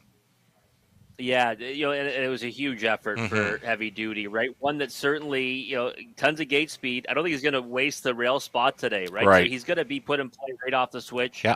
I think if he just has that confidence back, he can go out there and really do well against this group. Shocked that he's paying so much in the multi-leg wagers. Right. He's only 5-1 on the board, taking a lot of support there. Okay, it's the high five opportunity. The gate is in position now, getting set to roll here. If there's a long shot player to maybe thinking, if you're looking for a long shot to include in the high five, I think 6, Marvin Hagler's got a great shot here after missing a month. Did close up well last time out. Marvin Hagler post 6 with Cullen, 19-1. I think is a must play for the high five in this one. Here we go, then. It's our top-class trotting event. Heavy Duty, Oneritak Perfetto, Eyes of Justice, Power and Grace, then Jessica, Marvin Hagler, Great Magic, trailing out Muscles, Aplenty, picking up speed. Here they come. They're off. It's on. Power and Grace. Power's up early, up between trotters, Eyes of Justice, and towards the rail. Heavy Duty wants to be up close. Heavy Duty secures a 2-hole ride behind the 3-5 favorite, Power and Grace, and she made front without a tussle. The leading lady, Power and Grace, with Heavy Duty right there in second. Pot on position now in third for Eyes of Justice. Away in fourth, Jessica. And trotting from fifth, Oneritak Perfetto. Then third to last, Muscles Aplenty. Ahead of Marvin Hagler, Great Magic is trailing. Quarter-mile speed was 29 seconds flat for Power and Grace. Power and Grace, a 46-time winner coming in. She's in complete control of this one as they stride on towards the half. It's Heavy Duty racing from second at 8-1, staying in Eyes of Justice, going out. Jessica, she's rolling first up, and that is live cover for Oneritak Perfetto, and setting it up third over. Marvin Hagler getting involved. A little bit crooked going into that bottom turn was Jessica. She's out there now in the 3 wide pass, still a little crooked, getting on by the 5/8 after the half clocked up at a minute flat. Piece of cake so far for Power and Grace. She powers out now by 2 full lengths. Power and Grace, she's in full flight now as they go up and by 3/4. Heavy Duty continues to hold second. 3 deep on the outside. Marvin Hagler getting involved here for Cullen at 15-1. It's Marvin Hagler marching into second with an 8th left to go. 3/4 up in 1:29 flat. It's Power and Grace, and she's on the ropes. Marvin Hagler coming to her now. Heavy Duty still up there. Eyes of Justice flying late and way up on the outside. Oneritak Perfetto, Power and Grace. Power's home a winner. On for the deuce was Oneritak Perfetto. Eyes of Justice, top 3. Finishing fourth, Heavy Duty, and rounding it a high five, Marvin Hagler. 1:59-2. The leading lady gets it done at 3-5.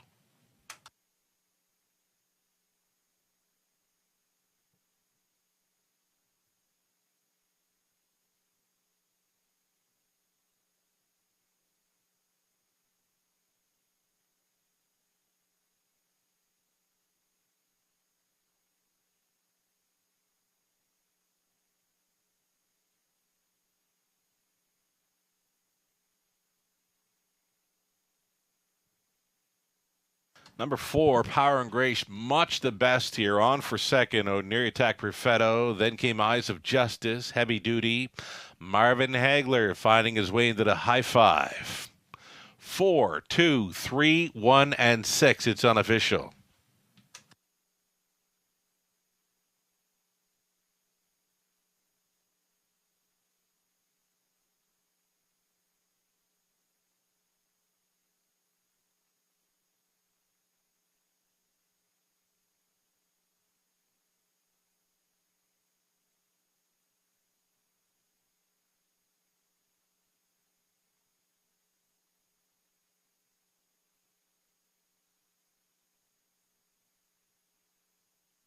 Back-to-back winners for Team MacDonald. Here's caretaker Taylor Fritz out again, this time with Power and Grace.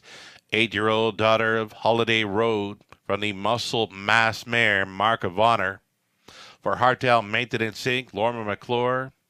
Ron MacDonald conditioned. Brett MacDonald driven to win the mare for her 47th career victory. Does it downtown in London. She loves it on the front end, and she got left alone tonight to carve one out in 159-2. Power and Grace, second victory of 2023. And, of course, an award winner for her 2022 season here in London. Congratulations on that. Congratulations on the victory tonight. Power and Grace wires them up at 3-5.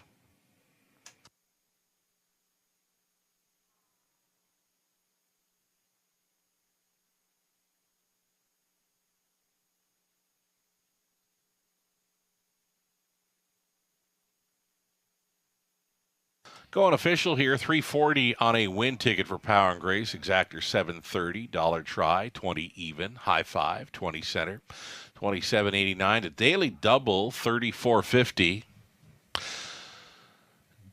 It was $20.15 for the 20-cent pick 3, the dollar pick 4, $339.60. The pick 5, 20-center, came in at $95.63. Heavy duty fourth.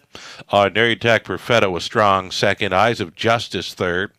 Power and Grace was a winner. Jess 8. Marvin Hagler 5th. Great Magic 7th. Muscles of Plenty 6. 29 a minute.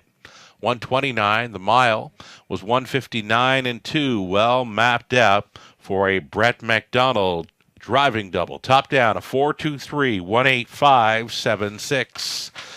It's the back half of this Tuesday evening program set to start up in race number 6.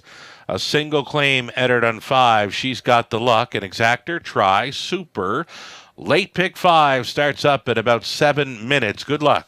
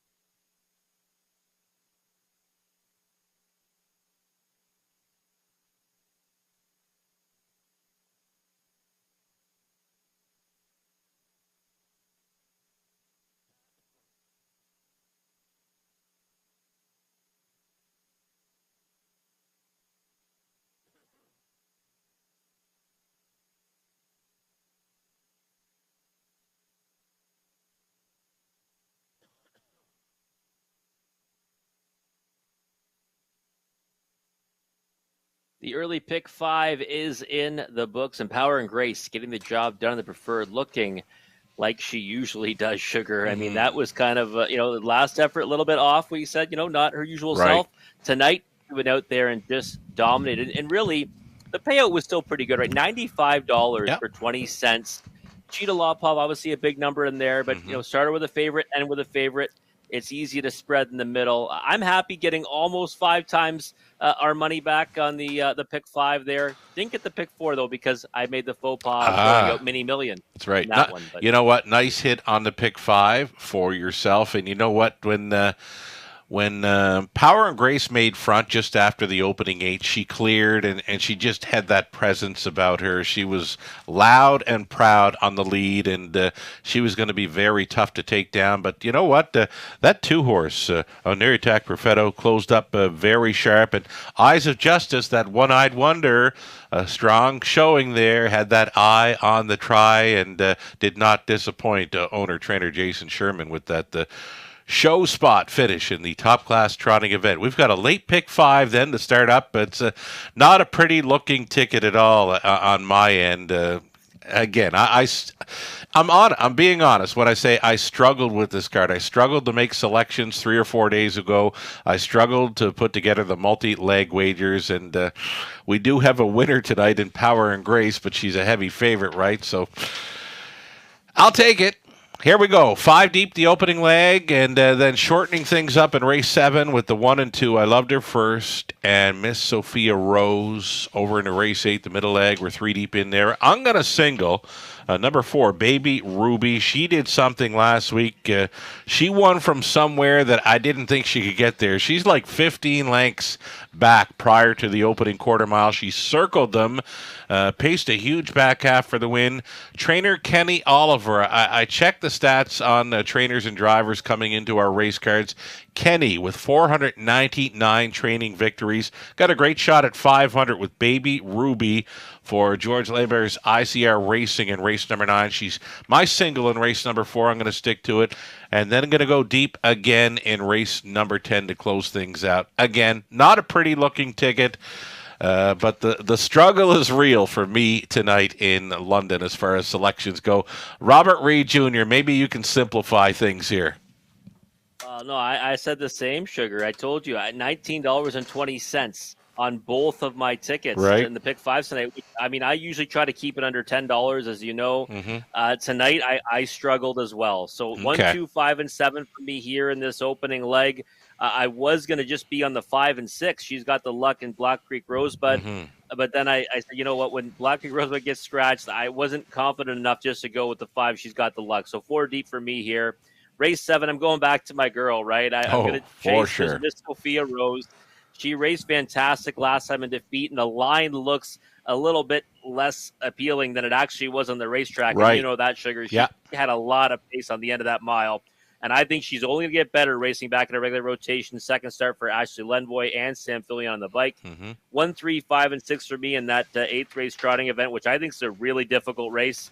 I mean, I narrowed it down to 4. I probably could have used 2 more, but then I might as well take it all. So I went 1, 3, 5, and 6 in race 8. In race 9, you know, only one of us can get past that one because I went to the 1 and 2. I love Baby Ruby as a racehorse. Right. And I thought it was a huge effort last time. Big Ken Oliver fan. He's a friend of my dad's, a friend of mine. Would love to see him get that milestone. So sometimes if you get beat by something like that, I'll be okay with it. Okay. But I went with Ethel. Coming back off the bench, kind of some question marks there. But Miss Amber, she was a creature here at the Raceway, and that victory and that second place finish to Sporty Little Vixen. I think she's going to like getting back here. A winner at Mohawk Park 2 back, but another one who's missed a bit of time. So you are on the one that's confident right now and tighter than the 2 that I'm on. So I should probably add Baby Ruby to my ticket there. And you might want to do that, Robert. You might want to do that. I probably will. I probably will. Off of that folks, line, yeah. I'm probably going to add her, so you should too, I guess. I don't want to win and not bring people with me. Sure. And then the finale, it doesn't get any easier. Right. I went with the 2, 4, and 5, 3 deep there. Tricky race. Zach to the Mac, speed horse. I think he gets the edge in there, but it's been a long time between drinks for that one, right? So do you want to trust one that really hasn't got to the winner's circle in a long time? I went 2, 4, and 5, and we're already spending too much money. So that final race, Robert, I mean, you look at the last quarters on some of them, they don't like to finish up strong at all. So, you know what, it could be the bombs away in race number 10. There's an opportunity for value in many of the races this evening. If there's one, though, that I was really looking forward to seeing again, it's Baby Ruby in race number 9. I'm a big fan of Ethel. She's missed a bit of time there. She did scratch sick. I know a lot of folks are looking forward to seeing her go again. She's one of those early fan favorite types. You know, we've got Punches and Bunches, we've got Sporty Little Vixen, and then there's Ethel, you know, the young horses that took a lot of attention in their early part of their careers. So great to see Ethel back in race number 9. Pat Barr, I believe, celebrated his birthday yesterday, had some info from some Alberta friends passing that along. So here we go with the post parade of race number 6. Starting up the back half of this Tuesday night program, we've got Northern Belle coming out here for Larry Curry, trainers Doug Curry, Scott Coulter in the bike. Number 2, She's a Gunslinger. Open bridle tonight for owner-trainer Kathy Gaudreau. Garrett Rooney's aboard. Number 3, Kempenfeld. It's Todd Borth for Leanne Davidson. Daryl Laver conditions. Pocket Monster 4, Don Schuldeis owning Daryl Vleeming trains, Ryan DeRoche. She's Got the Luck 5 with a claim header. Goes out for Kyle Stretch. The trainers Cam McQueen driving, Colin Kelly. 6 was a scratch. The 7 Anchor So Real for Michelle Borer. Trainers Bruce Goit driving is Dan Clements. Trailing out the 8 Put Your Bet Down. It's Robin Morley owning Jack Ray trains. Scott Ray in the bike. And from the also eligible spot, number 9, Stargazing Cruiser moves in, leaves from post 6 for Daryl Curry. The trainers Doug Curry make the driver Brett McDonald. Brett trying to go 3 in a row tonight at the Raceway for driving wins. 8-horse field as we go back on the pace for an Exacta Tri Super. It's the start of our late pick 5 in London.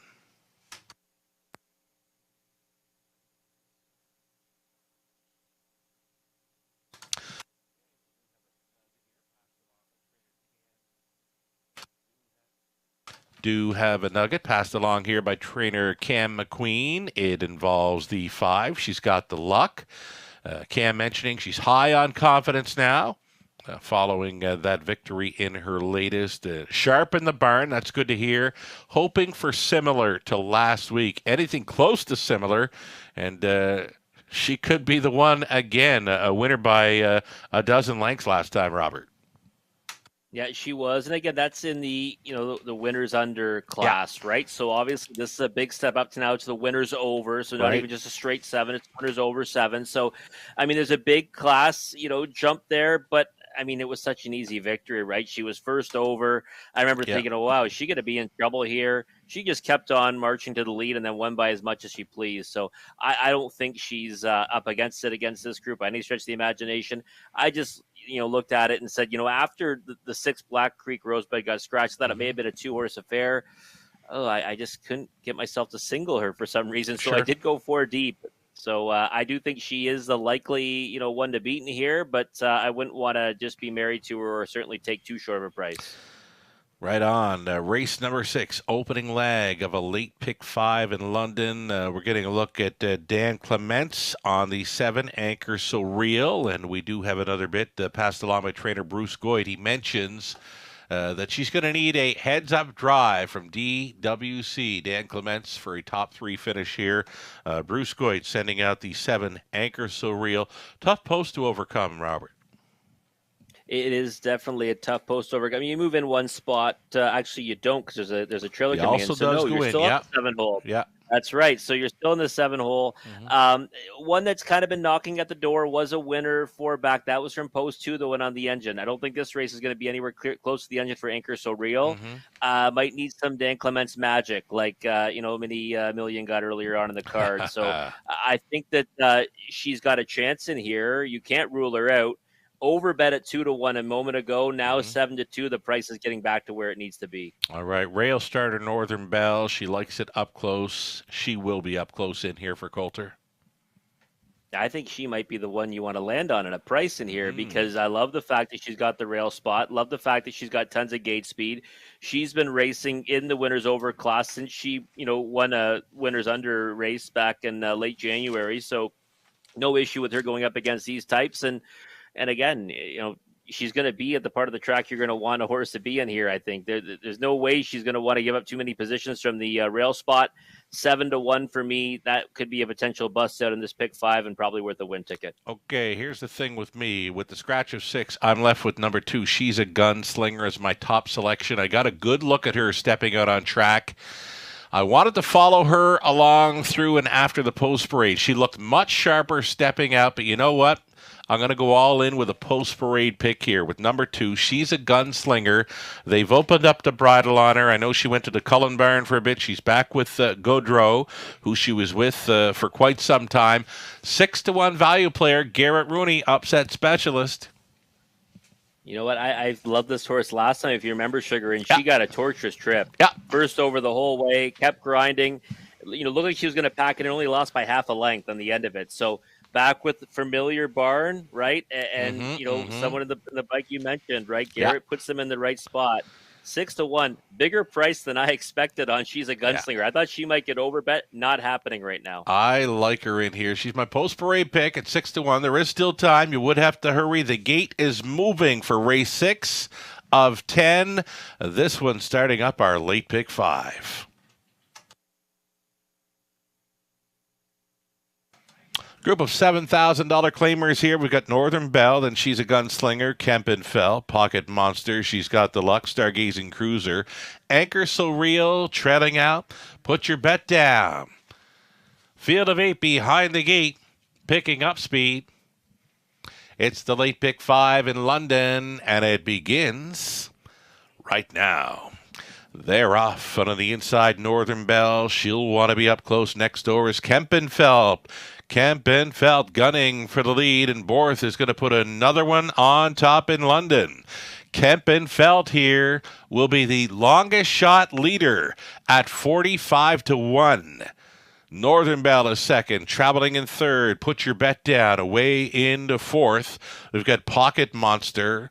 Racing out of fifth, She's Got the Luck. Then it's back to She's a Gunslinger getting checked up in the 7th spot. Stargazing Cruiser. The earliest trailer was Anchor So Real. 29-2. Quick opening quarter-mile speed for this group.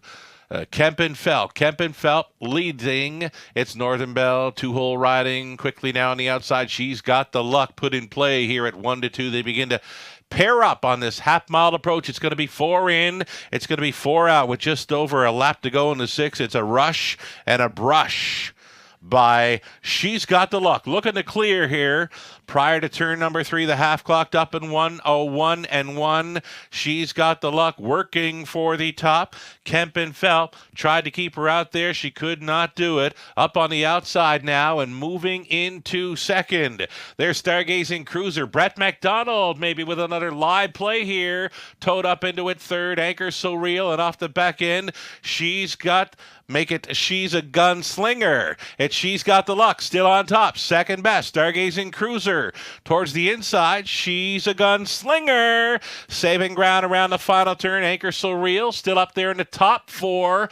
Off the back end, Put Your Bet Down. It's going to be another one of those coming from everywhere. Stretch drives after 3 quarters, 1:30-2. On top, She's Got the Luck. She's a Gunslinger. Needing room. Stargazing Cruiser. Here comes Anchor So Real. She's Got the Luck. Doubles up.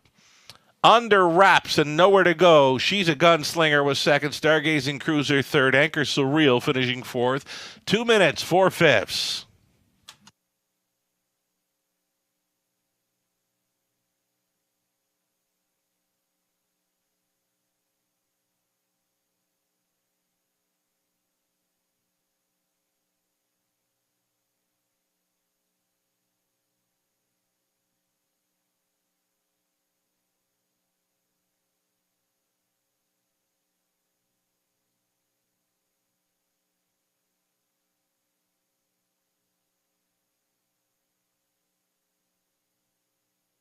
It's the 5. She's got the luck, holding on for victory. Number 2, she's a gunslinger. Might want to circle that one up for next time. The 9, Stargazing Cruiser third. The 7, Anchor Surreal fourth. 5, 2, 9, 7 unofficial.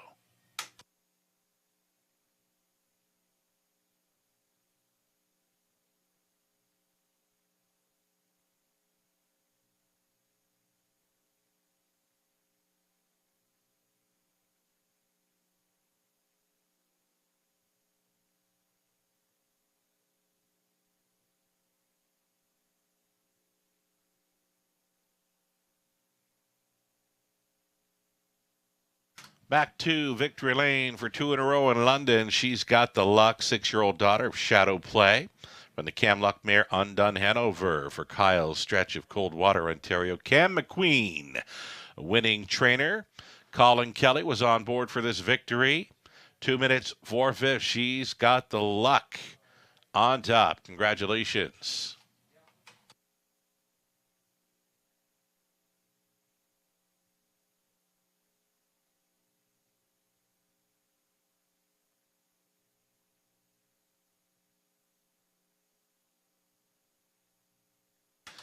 She's got the luck, a $3 winner, exactor $11.80, dollar try $64.15, super for $1, $287.90.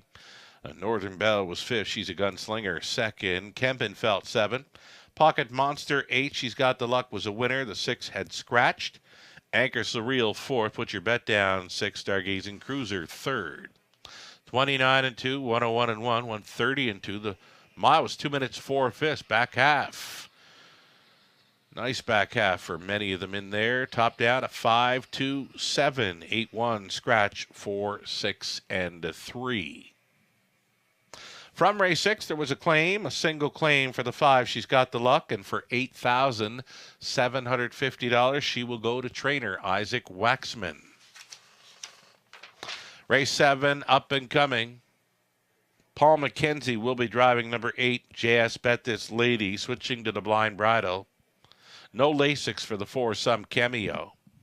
8 Pacers, race 7, exactor try, super, the late pick 4, starting up in 11 minutes.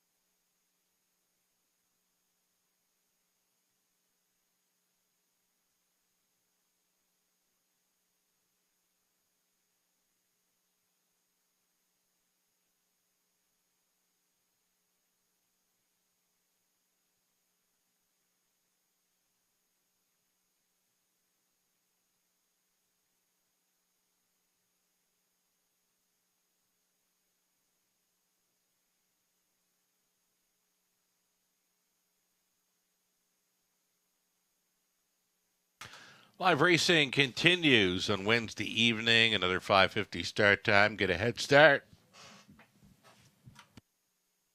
Get a head start on capping the action. You can find your free program on our website, westernfairdistrict.com/raceway. Then we return on Friday evening. Another 5:50 start for 11 races.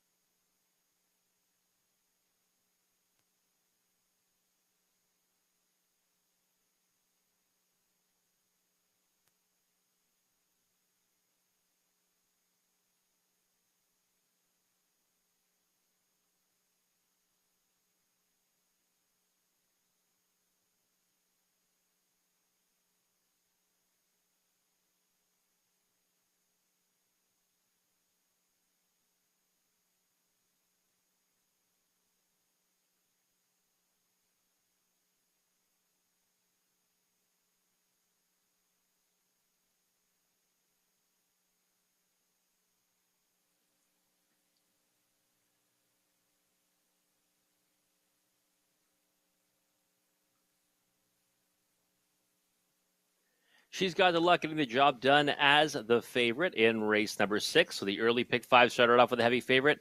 So does the late pick 5. And sometimes when we see that, Sugar, the pick 4 can pay more than the pick 5, right? So that's why you want to jump in race 7 here and make sure you get in on the late pick 4 as well. Guaranteed pool at $5,000. Yeah, you can certainly follow along when that heavy favorite takes the opening leg of a pick 5. It's always good to keep an eye out for the live money left in play following leg 2 of that pick 5, leg 1 of the pick 4, and you get a pretty good idea then how it's going to play out. This late pick 4 starting up at race number 7. I've gone inside to the 1. I loved her first, and number 2, Miss Sophia Rose. I know yourself and the whole Twitter universe knows you love the chances for number 2 in this race 7 event. For me in race 8, I've gone 4 deep in there using a 1, 3, 5, and 6. Gonna stand my single. Kind of fell for her last time. Number 4, Baby Ruby, an absolute smoke show in the late going last time out for trainer Kenny Oliver. Scott Coulter stays on for the drive. Not a whole lot of early speed to work with in there, but we know she can finish up strong. Race 10, the Trotters. We're going to go 5 deep in there to close things out. 2, 3, 4, 5, and 7. She's a gunslinger, Robert. Nowhere to go. She had some pace, though. Yeah, she did. She's like you said, you got to circle her for next time. Yeah. And, Garrett Rooney went inside. It was his best chance, right? Going wide in that final turn doesn't always, play out the way you want it to. So I thought he made the right move. He did. Just didn't work out, but she'll be nice and brave, right, for next time. You like jumping on one like that. True. Kind of like what we said about the 2 Miss Sophia Rose here, Sugar, last time, got that perfect pocket trip, but it didn't work out the way it all panned out. The leader in front of her really didn't carry to the promised land. Baby Ruby ended up making that big sweeping move, and when she got the jump on her, Miss Sophia Rose had no shot, and she really didn't get a clear path until it was much too late as well. So I'm singled up on her again today. Not going to get the value in the multis like we got last time. Probably not even close to the win price of 5-1, but I think she's going to take a bigger step forward now in her second start for Ashley Lenvoy, racing back at a regular rotation. And, one that I think is capable, if Sam Fillion wants to do it, of going forward off the gate and maybe trying to chop this out. I loved her first. I think is a really nice horse. Some cameo we've seen blaze around this track as well. I think that she is the horse in this contest that you want to be on. So I'd be happy with 2-1 if we stay at that number. 1, 3, 5, and 6 for me in race number 8. I think again that's a wide open trotting event. If someone said they were going to maybe use some more in there, I wouldn't begrudge them for it because I settled on those 4.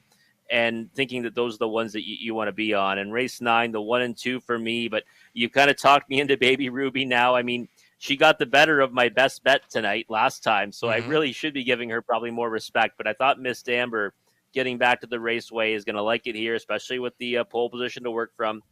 And, of course, Ethel, fan favorite. She's going to probably take money no matter what, right? We know that's coming. Has to, yeah. And I think she can win despite the time away. And even, if she just gets away anywhere off the gate and gets a reasonable trip, I think she can get there. But again, you've got to tread carefully at her, especially at a short price. The fact that she's missed a little bit of time, especially off that scratch. So race 10, you said it, kind of a wide open mixed bag to finish off the card. Maybe that's where we see a bombs away winner. I've got maybe a horse that might be a bit of a price in there. What can I say? I think he's got a chance from the inside. He should offer value in the multi-leg. I think the 4 and 5 are logical. Zax and the Max probably going to try to get to the front. But again, that's a race that, like you said, it's wide open. Oh, yeah. And a lot of horses, like you said, don't finish their miles. And we sometimes see chaos in those types of races because let's say a horse goes to the front that can't close up the mile, could back up a lot of the inside flow, and you might see someone come from out of it that could pay a bombs away number. Could be the bombs away, indeed, in our finale. There's the update on the live money. These multi-leg wagers, they've been well supported for a while now. Another pick 5 pool, well over $20,000, and a little bit less than half the pool still live and in play following that victory by the heavy favorite. She's Got the Luck in race number 6. Moves on to the Isaac Waxman Barn. Let's go back and touch on Ethel for a bit, Robert.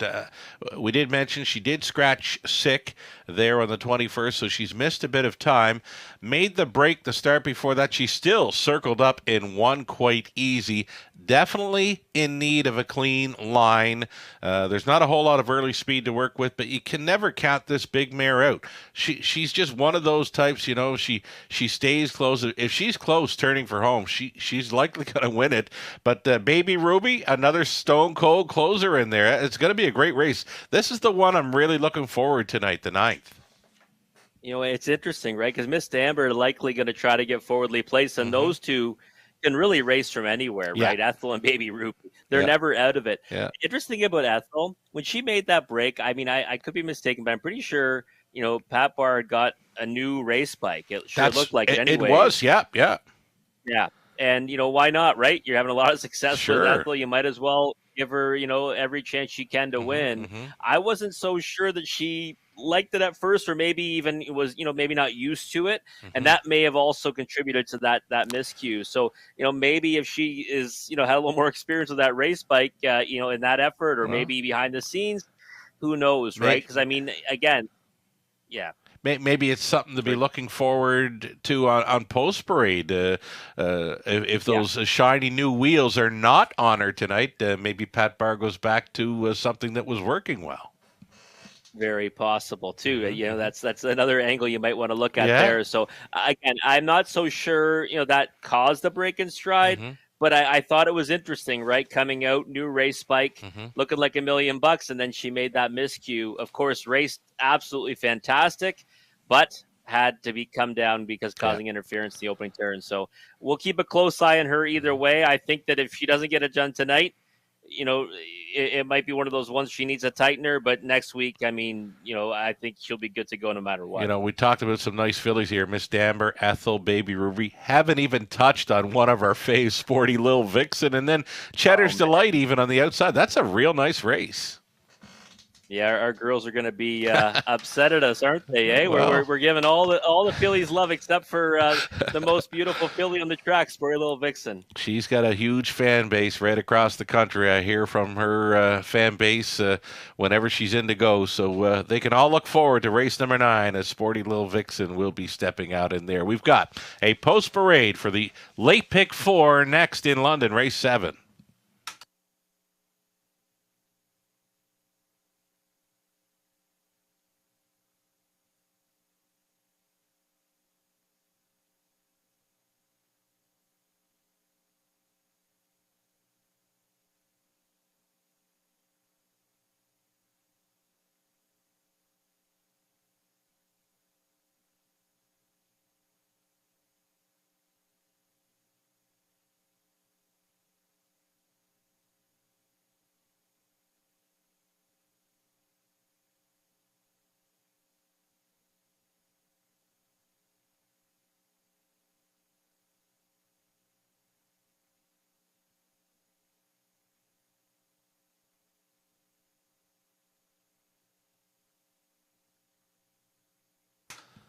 Here come your pacers for race number 7, opening leg of our late pick 4. It's Todd Laporte driving number 1. I loved her first for Wendy Warren Timpano, along with Sea Spray Stables Limited.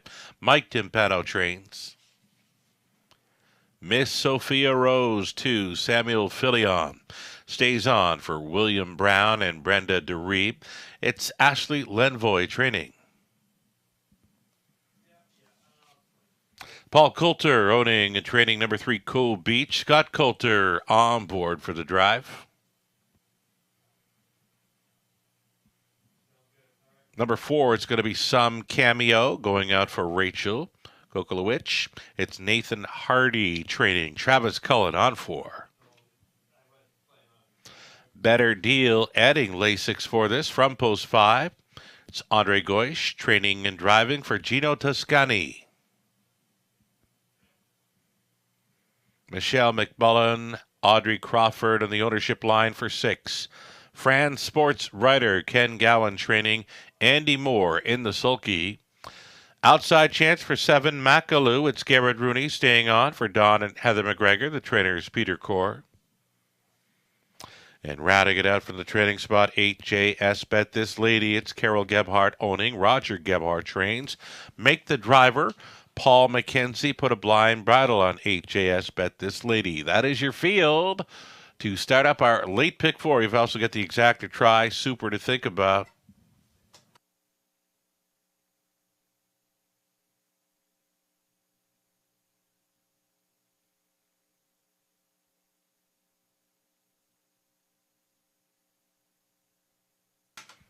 Getting a look and staying with number 2, Miss Sophia Rose on the score down here. And it's kind of the way Samuel scored this mare down last time out, Robert.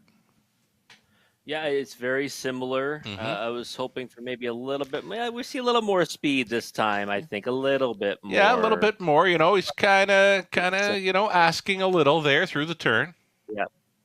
A little bit more there. Yeah, you know what? Listen, Sugar, is everyone knows that I love this horse tonight. Everyone probably knew she'd be my best bet in the card based on last week. And I thought she left out really well. And I really believe that if 28 late doesn't come around her, I think she wins in there, because I think that this one would have been able to scoot away on Baby Ruby. Right. Baby Ruby made that big move in the middle of the race. And, again, you're at a disadvantage, when they go slow up front and you're far out of it.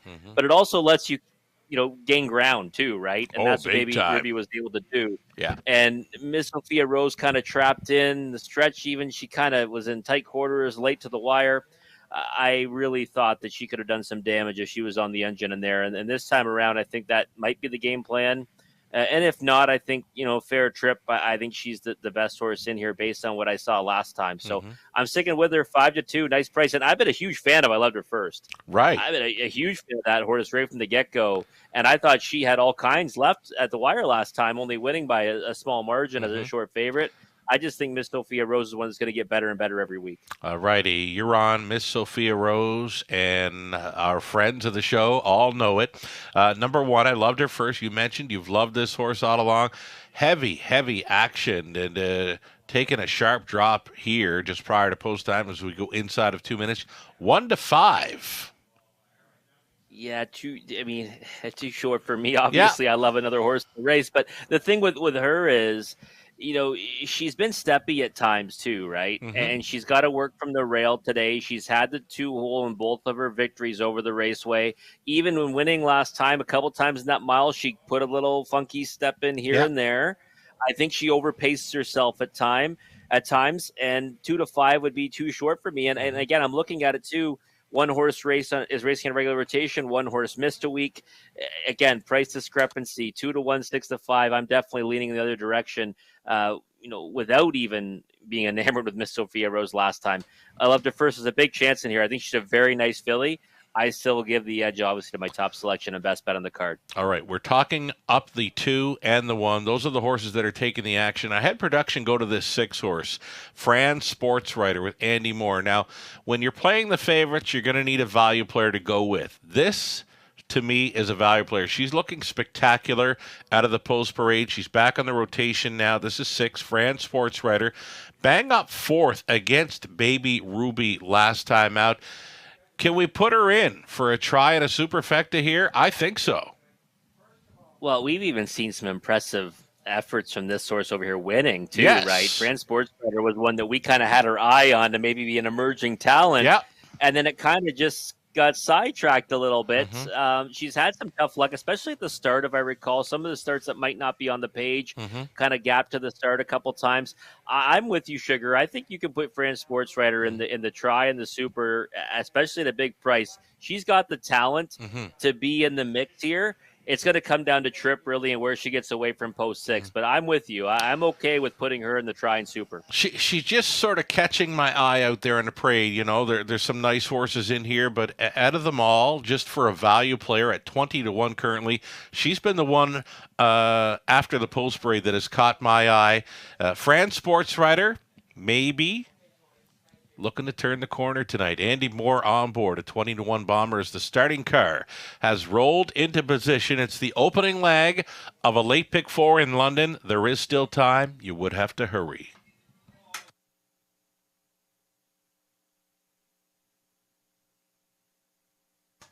Race 7. Gates moving. From the rail out, I loved her first, Miss Sophia Rose, then Cove Beach, and some cameos in the center.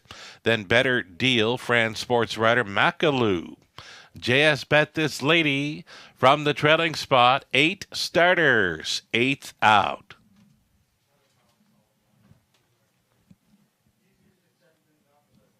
Fillies and Mares picking up speed. Here they come. They're off. In the center, some cameo for Cullen towards the inside. Miss Sophia Rose got a reminder to go on in here. Leaving out for third was Better Deal for going through the opening turn. They travel up on the outside. Little steppy, little bumpy gated, and rolling off stride. Some cameo to a break. Some cameo had jumped it off. That's going to leave Miss Sophia Rose on a 3-length lead. A second best. We've got Better Deal traveling in third. I loved her first. Looking for some pylon positions fourth. Fran Sportswriter. She's in play tonight at 25-1 and traveling in fifth. We've got the JS Bet This Lady next in sixth for Cove Beach. And then next to last, Macaloo, well back distanced and still a few fries short of a happy meal. That is some cameo. 30-2 was the quarter-mile speed for Miss Sophia Rose. She got the marching orders tonight. She's in front with just over a lap to go. She's got I Loved Her First, trying to reach her wheel at 4-5. Third and in for Better Deal. Fourth and wide. JS Bet This Lady getting shuffled. Fran Sportswriter. Cove Beach sets it up a third over sixth. Gapped off in seventh was Macaloo, and Never In It. Some cameo. The half just 103. 103 for Miss Sophia Rose. She'll bring him down the backside, up and at her. I Loved Her First. Third and in, Better Deal. Fourth and wide. JS Bet This Lady. Out there in fifth, Cove Beach. A buried six for Fran Sportswriter and Macaloo. 3/4 up and 133 flat. Miss Sophia Rose, still the one. Still coming and actually coming on big time. I Loved Her First has shoved ahead in front of Miss Sophia Rose. Out there in third, JS Bet This Lady into the stretch. Up on the outside, I Loved Her First. Little steppy here. I Loved Her First has jumped it off. Miss Sophia Rose came back to win it. On to take second was JS Bet This Lady. It'll be a close call for third in there, 202 and 3. Judges' inquiry, most likely in this one. Miss Sophia Rose on top here at 2-1.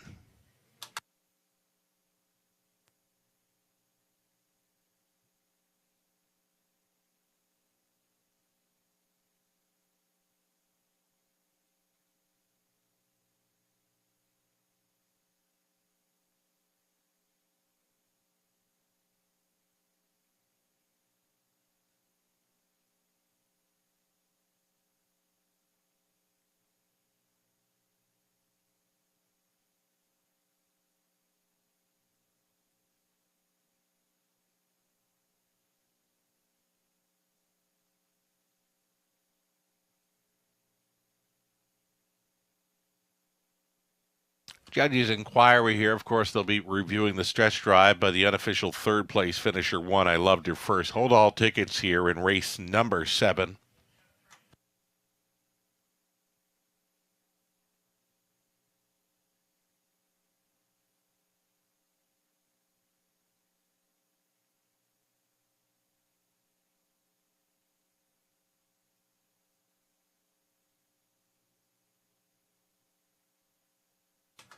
Best bet selection for Robert Reed Jr. returns home a winner here. This is 2, Miss Sophia Rose at 2-1. Miss Sophia Rose, the 4-year-old daughter of Big Jim from the Mach 3 mare, Mach Denali. For the owners, William Brown and Brenda DeReeb. William the breeder, Ashley Lenvoy training Samuel Filion on board for this, her third career win, first of 2023, as she wires them up in 2:02 and 3. Miss Sophia Rose, home and cooled here in race 7. Congratulations.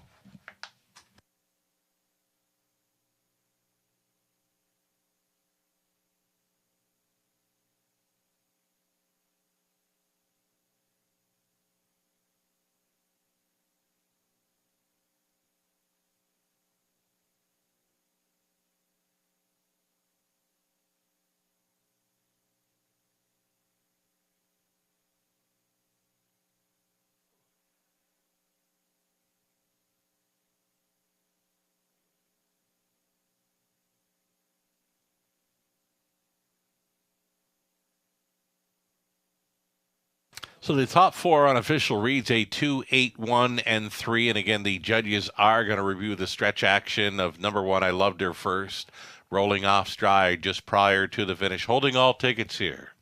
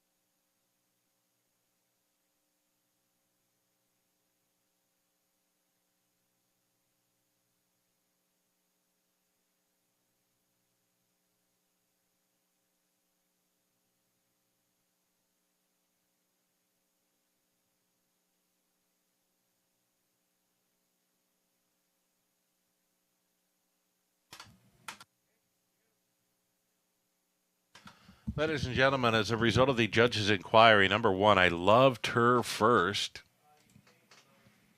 She finished third, will be placed 5th for being double lapped on while on a break at the finish. It's going to make a new call in here. Again, the 1, I Loved Her First, finished third, will be placed 5th for being double lapped on at the finish while on a break. Going to change up the call to 2, 8, 3, and 6. You've got Miss Sophia Rose on top of the 3 longest shots on the board. Best bet selection, Robert Reed Jr., 2. Miss Sophia Rose at 2-1.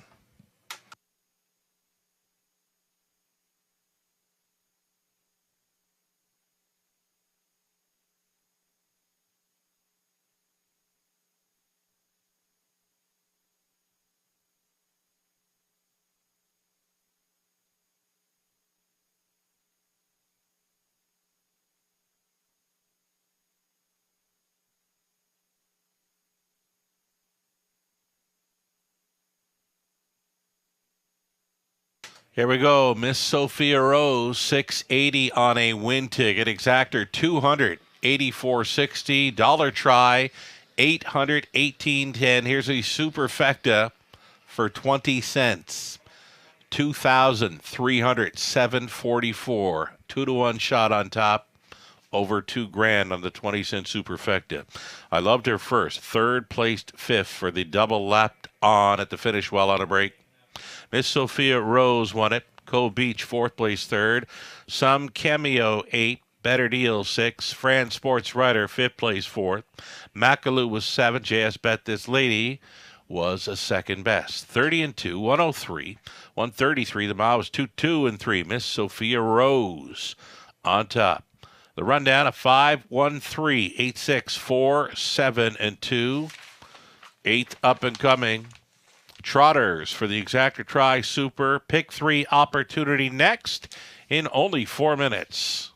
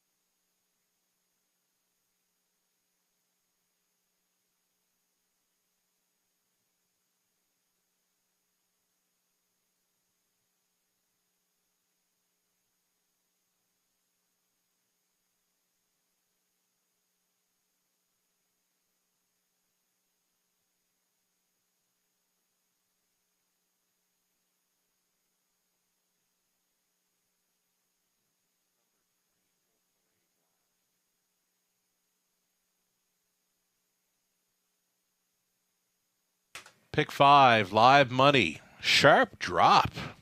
Surprisingly. $1,865 now live and in play after the victory by Miss Sophia Rose at 2-to-1. That's from a pool just shy of $23,000. As far as the pick 4 goes, late pick 4. $26,000 plus pool. Crazy good play tonight. $5,748 live in and play following the victory by Miss Sophia Rose. Thanks so much for playing tonight and always. Strong play here in London over the last few racing cards.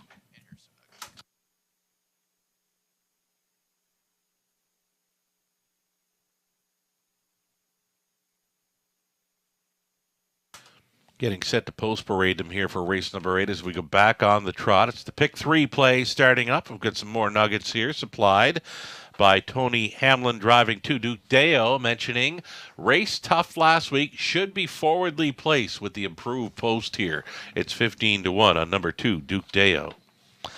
Another bit of info here supplied by co-owner, make it owner, trainer Britt Kennedy for the 6 last shot.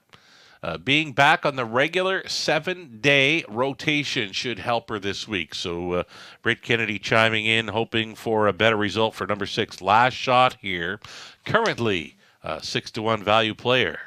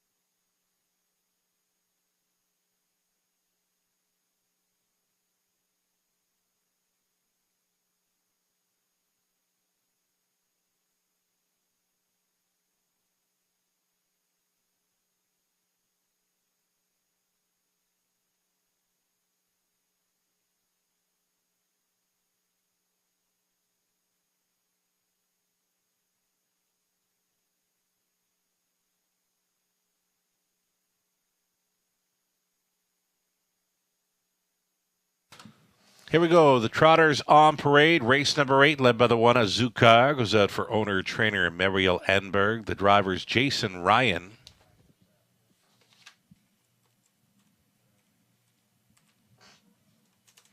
Next on parade, number 2, Duke Deo. It's Tony Hamlin driving for owner-trainer Mike Hamlin.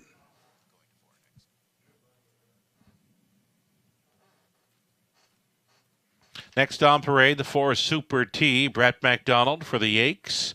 John and Chris with John training.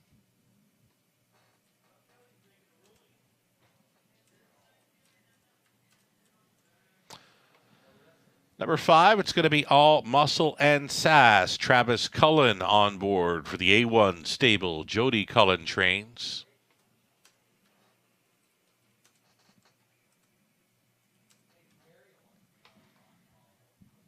Last shot, there she is, at a post 6 for owner-trainer Britt Kennedy. Garrett Rooney's on board, number 6, last shot, back on the rotation.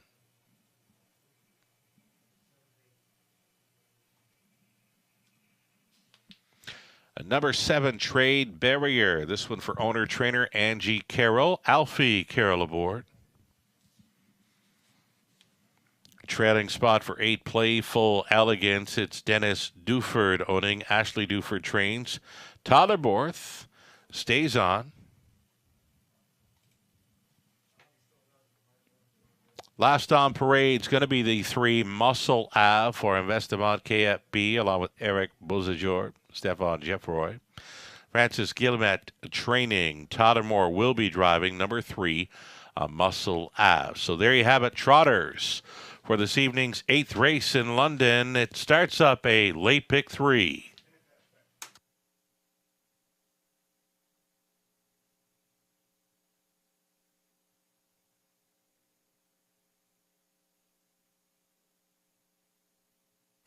Here's the 6th, Last Shot, scoring down. Liking the body language here with Last Shot. Trainer Britt Kennedy chimed in with a nugget of info, mentioning this one is back on the rotation. But, yeah, we caught a gallop on the score down, Robert. Last Shot. I was getting really excited, Sugar. I was watching the score down. I mean, it looked very lively. Yeah. And more important than that, like you said, back on that regular rotation, so important. So if she can behave herself, she's got a huge chance in here. I put her on top. That price right now is a nice one at 6-1, but I hate to see that. I hate to see a horse go on the gallop at a score down. You can think of it one of 2 ways. You can think, yeah, now I'm not so sure. Or you can think, well, she was capable of making a break tonight and she's got it out of the way.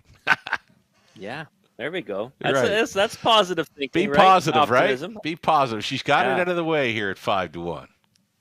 Yeah, we had to be positive in the stretch drive with that last race. Holy moly. Nice to see you get your best bet of the night home, Miss Sophia Rose. Yeah. And you know what? When I saw the bomb showing up in behind her, I was thinking the tries and the superfecta payouts are going to be huge. And I did a column a few years ago. It was probably more than a few years ago now for Trot Magazine. It was the Horse Players edition. And I always mention, you know, if you love a horse so much and you know it's going to be a favorite, there's no point in using favorites underneath. You gotta have the bombs to make it pay. And that's what we just saw in race number 7 underneath Miss Sophia Rhodes. You get the bomb showing up and over $2,000 and 20-cent super. Oh, yeah. I mean, the super compared to the try. I mean, all the value. And your France Sports Writer, right? Hey, you didn't even really need it all. Maybe we could have just wheeled up with that one. You called that. And rather be lucky than good. Some people are saying, oh, like, you can't take credit for that. Listen, I think she would have won last week. So I said it all evens out in the end. You know, I really. You know what? You know you were beat, but you know I never get horses like that going on the run when I'm beat through the stretch. But good on you. Yeah. You were all over this horse. You stayed with her. You stayed on her as a single and everything else. So you deserve that win just as much as the connections. Oh, there we go. I appreciate that. And hey, we got to get it home still. And by the way, not 2-1 in the picks. You said sharp drops all around, which was just kind of wild. But I'm surprised, Robert. You know, 1,865 live from a $22,000 pool. Winners 1-2 and 2-1. Crazy.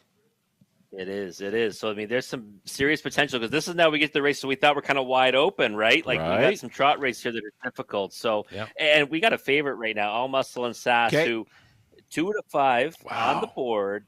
And I think that's a big overbet again. I mean, we kind of, I know I kind of faded this one 2 back, Yeah. and I had to eat some crow at 6-5. But last time we weren't too fond of the sub even money price, and she just didn't fire. And here we are again, 2-5 Sugar. I can't get behind this. This is like the 2-5 last night on Ideal Perception. I did pick that horse to win last night, but in no way means there's just no way that horse should have been 2-5 last night. Here's another one, 2-5 right now. I don't think so.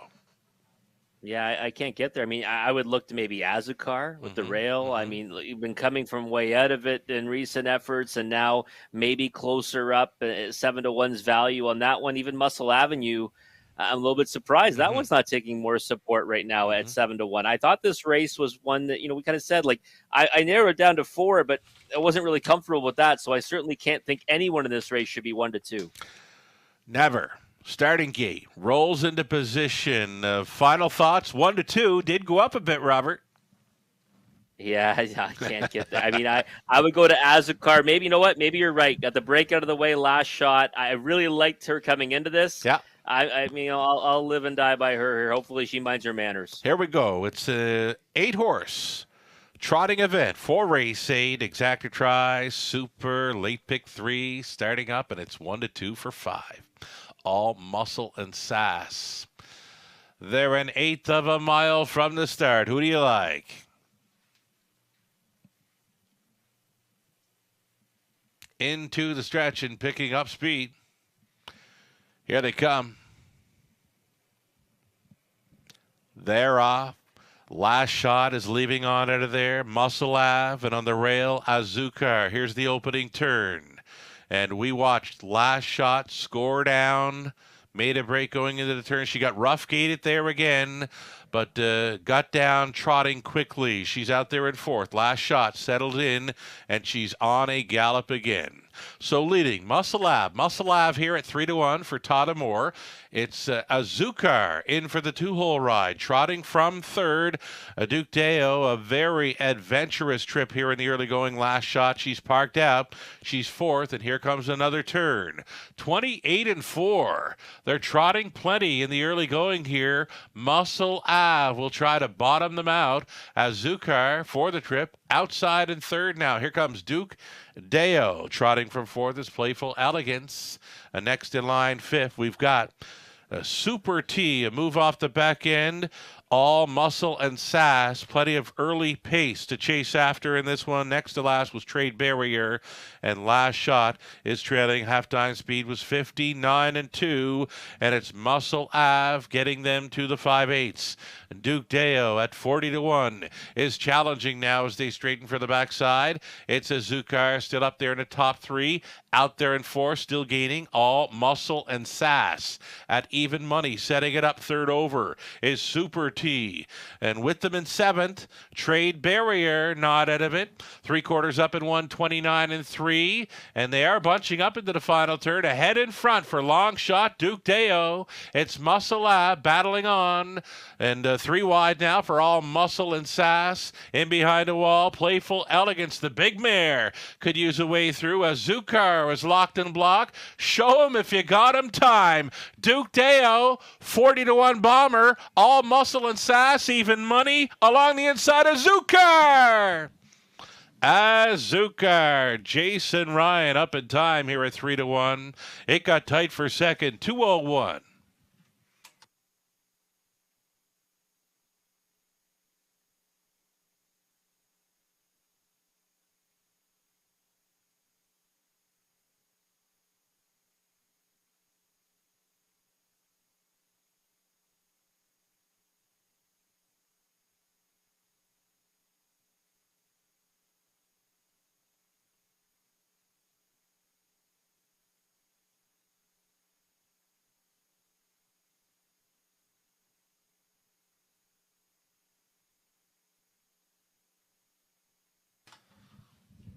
Room at the inn for one. Azúcar to get up late to win over number 2, Duke Deo. Longest shot on the board finishes second. Then the 5, All Muscle and Sass. Rounding out a superfecta, number 8, Playful Elegance at 24 to 1. 1, 2, 5, and 8. It's unofficial.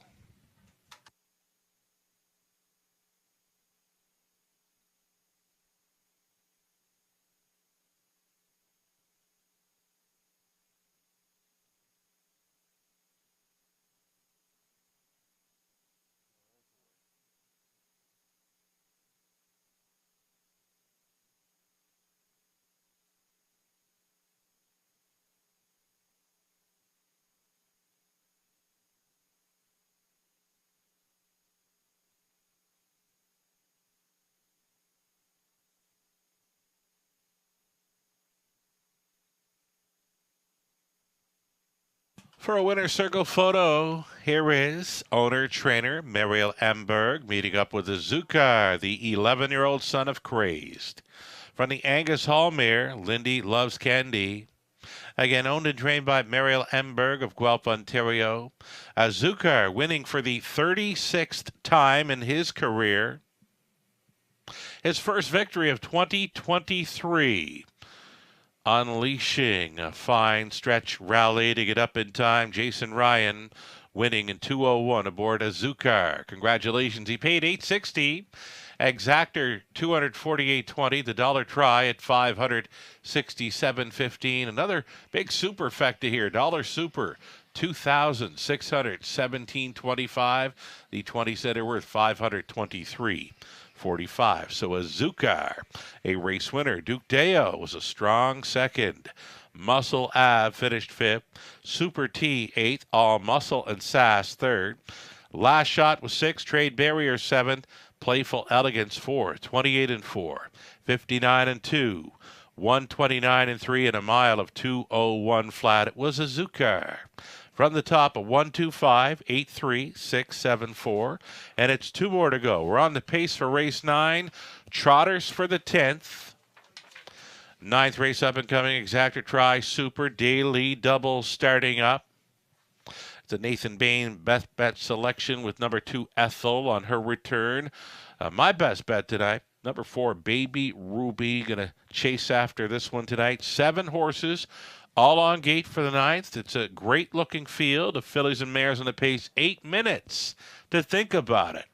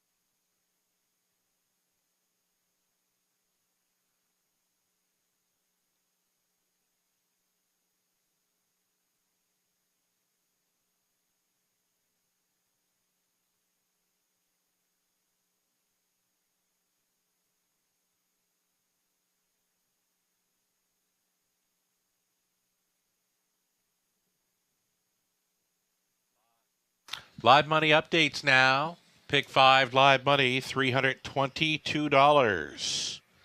Following victories by 1-2, 2-1, and 3-1 shots. As far as the pick 4 pool goes, $26,000 plus in the pick 4, and it's $964 now live and in play with 2 legs left to go. Best of luck if you're still going forward here into race number 9.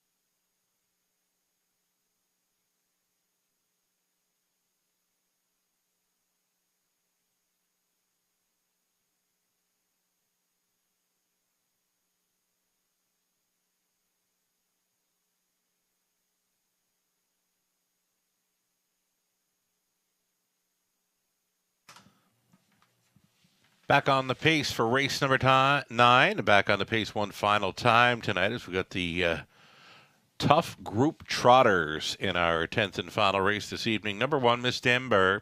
It's Todd Abort driving for owner-trainer John Pentland. From post 2, it'll be Ethel with owner-trainer driver Pat Barr on board. It looks like she's sporting the new wheels again. Number 3, Eileen's Wish, Anthony Hahn Plaudits for Jeffrey Nana. Meg Crone Conditions. Number 4, it's Baby Ruby going out for ICR Racing. Kenny Oliver Conditions. Scott Coulter stays aboard. Doug Wilson, Mark Horner on the ownership line for 5. Sporty Lil Vixen. It's Mike Horner training and driving. 6 is Brookdale Grace for All Star Farms. Trainer Steve Watson driving as Paul McKenzie. And 7 outside, Cheddar's Delight for Linda Richardson and Lindsay Sinclair. Bud Sinclair trains Garrett Rooney, stays on for the drive. Those are your 7 pacing. Fillies and Mares for the 9th. Exactor Tri Super. It's the late double starting up.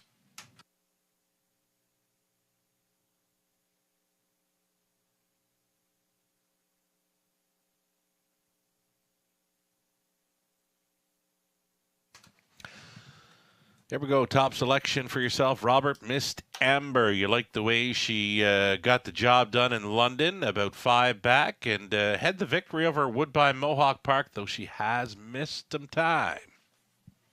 Yeah, she's missed some time. Obviously, a concern. Something we typically will steer against Sugar, but I just thought that this looks like a good spot for her. She gets rail control. She was good over this surface previously. I mean, those 2 efforts here, getting beat by Nectar Sporty Little Viscon, I thought she raced fantastic on that occasion. She came right back to crush, absolutely crush on January the 10th. So I think she fits in nicely with this group. I mean, 5-2 is probably the price you need to demand if you're going to play her. And, again, time off, but races for a barn that certainly has them ready to go when they hit the racetrack. So I don't think she's going to go out there and be looking for a soft trip. I think she'll be leaving out with intent, and we'll see what she can do. But Ethel taking the support that we expected. I mean, 1-2. Wow. I mean, tread carefully. She can win in here. Yeah. But it's kind of a precarious spot for her. We're looking at her now. Ethel, she does have those sporty new wheels on board. She had the new wheels on last time out. She did make the early break. She still circled up to win quite easy. She's just one of those mares. You cannot leave her off the ticket.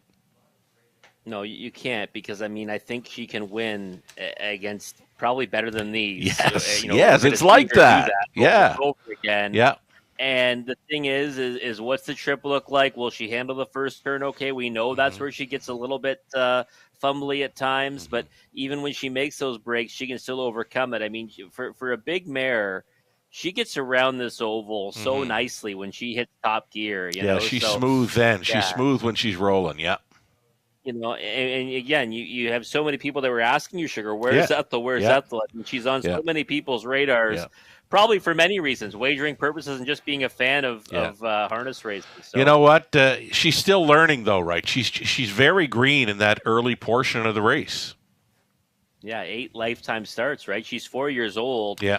I mean, we kind of think, I think we're a little bit spoiled. We've seen her, race well so many times. You think she's been around longer than she has. I mean, still learning the game. Yeah. And again, I think that, I'm wondering what she can do on a bigger surface too, right? I mean, I don't want to lose her here at the Raceway, but she's likely the type of horse. We'll likely see it eventually, because she is a big kind of mare, right?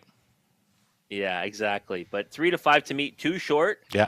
But like you said, she can win against this group, against tougher on any given night, because she's that talented. Let's get a look at Baby Ruby then. A spectacular outing last time out. She put on a smoke show in the late going. Coulter stays on for Oliver.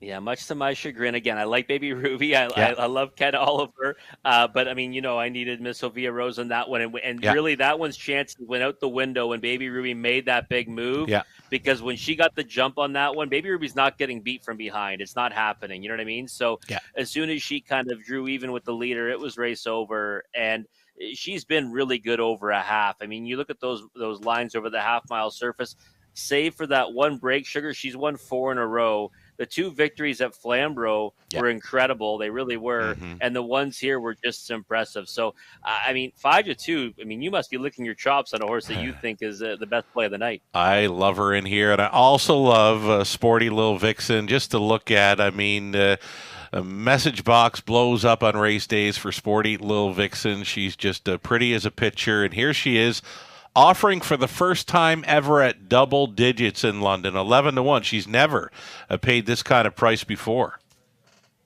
Yeah, I know. It's one of those ones where I said we might end up paying dearly for it, right? We kind might. of always on her in the mix. Yeah. This is the first time I haven't had her selected in the top 3, that's for sure. Yeah. And 11-1. I mean, this might be the night that she ends up, putting some serious value on the ticket. Good on her if she can get there. I actually didn't include her in the top 4. I actually went with 7, Cheddar's Delight, for a big piece of this one at 15-1. She's an early speed threat with these when there's not a lot of levers in here. Yeah, this is for this class. This is actually a really deep group. So Yeah. it's nice to see how this plays out. I'm loving it. Let's do this thing. Race 9, the fillies and mares on the pace event. All 7 noses on gate. We've got Miss Amber, Tyler Borth, Ethel, Pat Barr, Eileen's Wish, Anthony Hahn, Baby Ruby, Scott Coulter, Sporty Lil Vixen, Mike Horner, Brookdale, Grace, Paul McKenzie, Cheddar's Delight, Garrett Rooney. Field of 7, top of the stretch.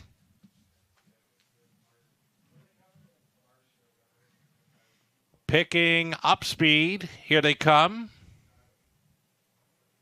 Going to be a slow get for the one. Missed Amber. Missed Amber getting away last. They're off. Leaving on out of there, Eileen's Wish. Sporty Little Vixen in play towards the inside. Ethel. Ethel went to a break again into that first turn. Ethel to a break. So we've got Eileen's Wish left on the lead here for Anthony Hahn at 16-1. Sporty Lil Vixen at 10-1. She's in for the 2-hole ride. All Alone traveling in the third. Brookdale Grace away in fourth. Miss Amber already rolling. Baby Ruby. Baby Ruby out on the wide path there. She's fifth. In between pacers there is Miss Amber along the inside. Pat Barr has got a handful with Ethel. She's next to last. The trailer moving out. Cheddar's Delight.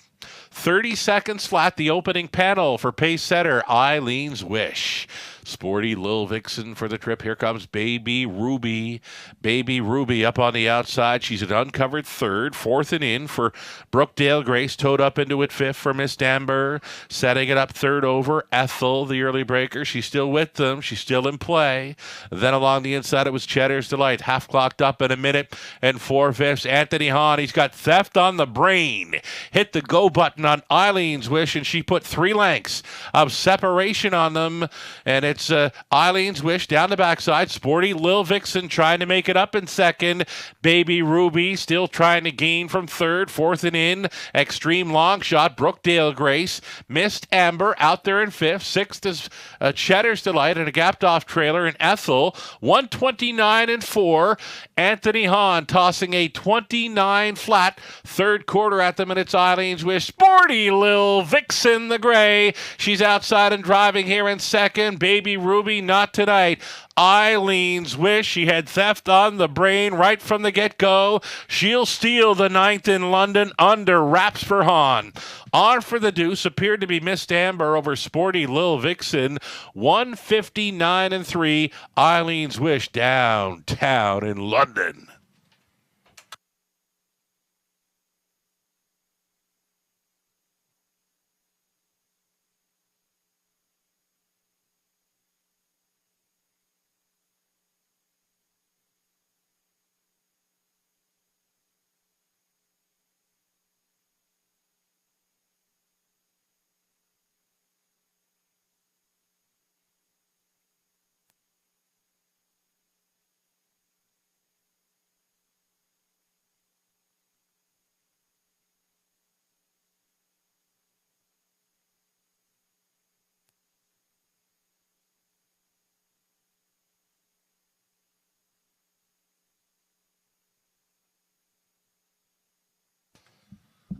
Upset victory here in the ninth. Number 3, Eileen's Wish here at 16-1. Wires them up. Number 1, Miss Amber was second in a photo over 5. Sporty Lil Vixen. Number 4, Baby Ruby finished 4. 3, 1, 5, and 4. Your top 4 unofficial. Eileen's Wish returning here. She's the 4-year-old daughter of Huntsville for the Arts Place mare Pleasant Journey, owned by Jeffrey Nana of Utica, New York. Meg Crone condition, Anthony Hahn, driven to win as she goes all the way to win in 159-3. It's the mare's 3rd career win and first of 2023, and she wins quite easy here. Again, at 16-1, it was Eileen's Wish.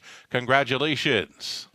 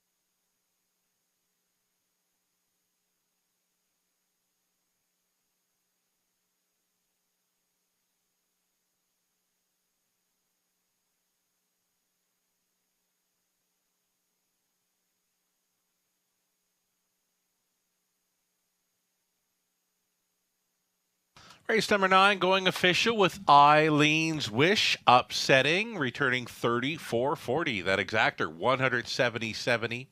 A dollar try 388.35. Super for a buck 1,229.35. Your 20 center coming back at 245.87.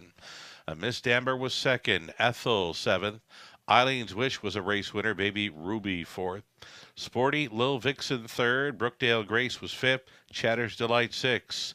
Fractions of 30, a minute 4/5, 129-4, and a mile of 159-3. Well rated winning mile. Anthony Hahn driving Eileen's Wish to victory. Top down at 271, 4356.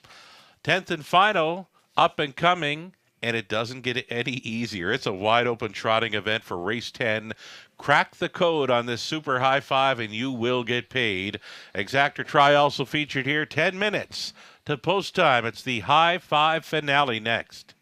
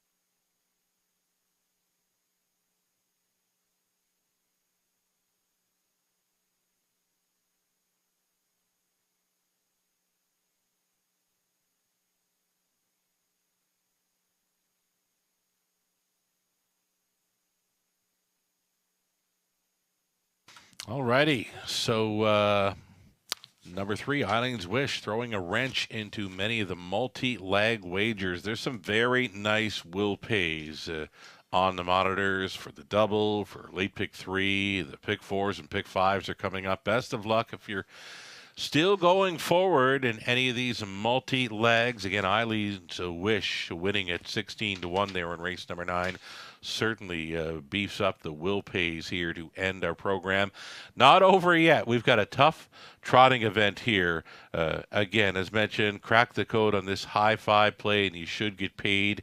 In this one, we're 5 minutes away from our high five finale with a return to live racing tomorrow evening. It's another 5:50 start time. You can get a head start on capping up the program with a free program at westernfairdistrict.com/raceway.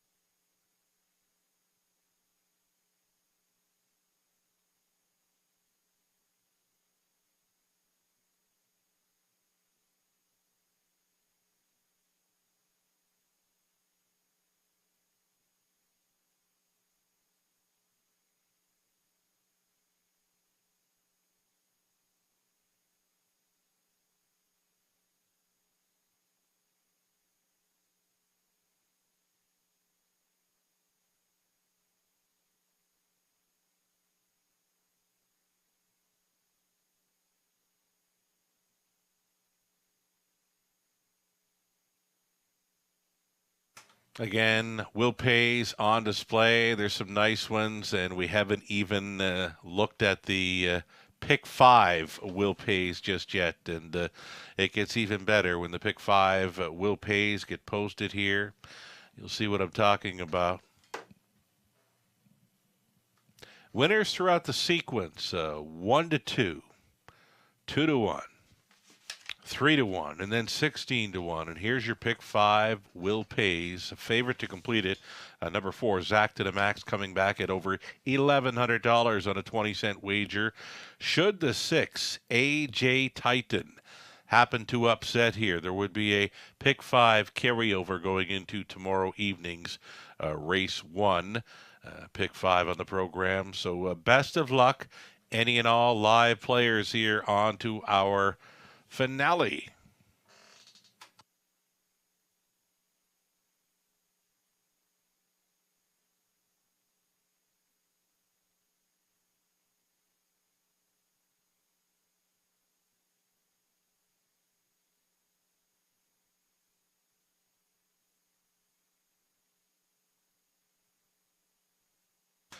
All right, final bit of info as far as Nuggets go.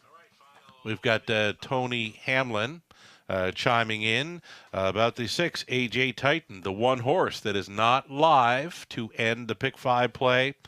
It's a tough post to overcome tonight, hoping for a good trip. Tony Hamlin with the 6, AJ Titan here on the finale.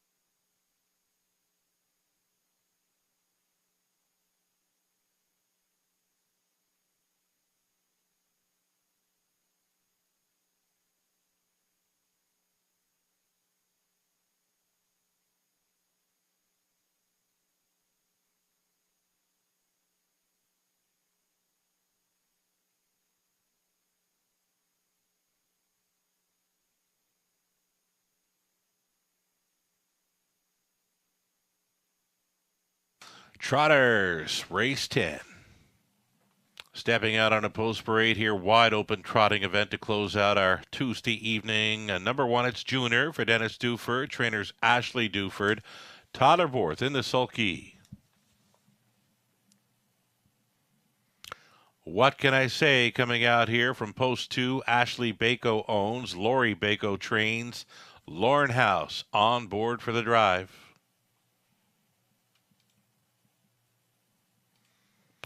Then the 3, All Out Henry, Samuel Filion, catch driving tonight for owner-trainer Pam Forgey.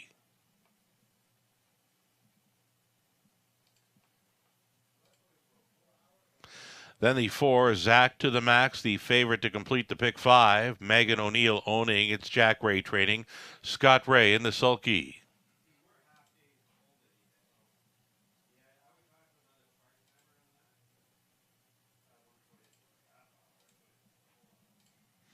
Here's Andy Moore up on 5, Essential Worker. Michelle McMullen, Audrey Crawford, Dave Gowan on the ownership line. Ken Gowan trains. AJ Titan 6, Tony Hamlin for owner-trainer Mike Hamlin.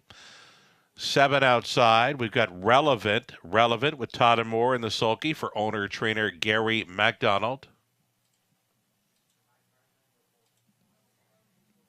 Trailing spot for 8, Peter Crown, Paul McKenzie for the owner-trainer Steve Watson.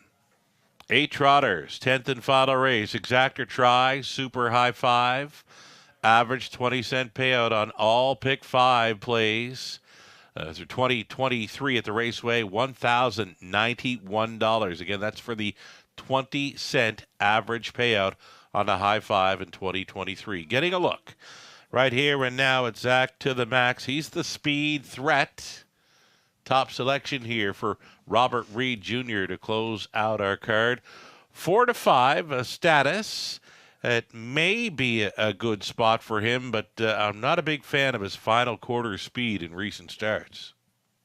Yeah, that's the problem, Sugar, right? I mean, he's a horse that, certainly it figures against this group. I mean, especially off his recent efforts, he's blasting out from the 5-hole, 6-hole to the lead, but he's not finishing his miles, right? So even getting to face, a soft group like this, he might still not be able to do that again. Right. So it's one of those races where you look at it and you say, maybe someone else steps up and gets the job done here. I think that, he's obviously the one to haul down. He's going to likely have a pretty comfortable lead at the half. It just matters where he's at the finish, though, right? And he's been coming home, like you said, in 31-4, 32-2, some even slower ones there as well. So, again, on top, because I think he merits that respect, but even money, I could never take that price on anyone in this field. Okay.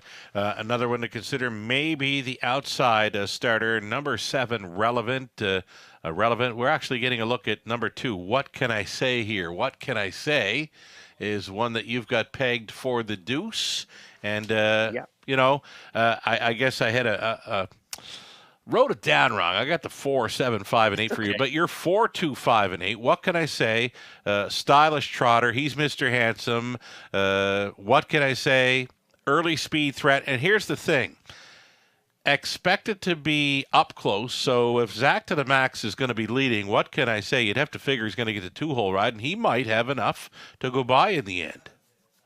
And he's one that, he's still not coming home all that flashy at the times, right? But he has had some movement on the end of his miles, right? If you remember, January 10th was one that I kind of liked for a piece on that occasion. Got away 7th, closed up to 3rd. He never really does that, right? So, and last time, no chance from a trailing post. I mean, he's a horse that inside, nose on gate, he's going to get put into play. Yes. And it's show him if he got him time, as you would say, Sugar. And I think that this is the type of field that he can do that against. 5 to 1, I think, is the right price. Yep. If I'm betting one to win, I'm much more inclined to bet What Can I Say at 5 to 1 than Zach to the Max even money. And you're onto something there. Maybe he's just a 2-hole, and if he can close his mile out, he can get the better of one like Zach to the Max, who has trouble finishing his miles right now. He was making a pretty good move late, because I know I got excited about him moving up on the wide side last time out. He just let up a little bit on the end. He is a 12-year-old.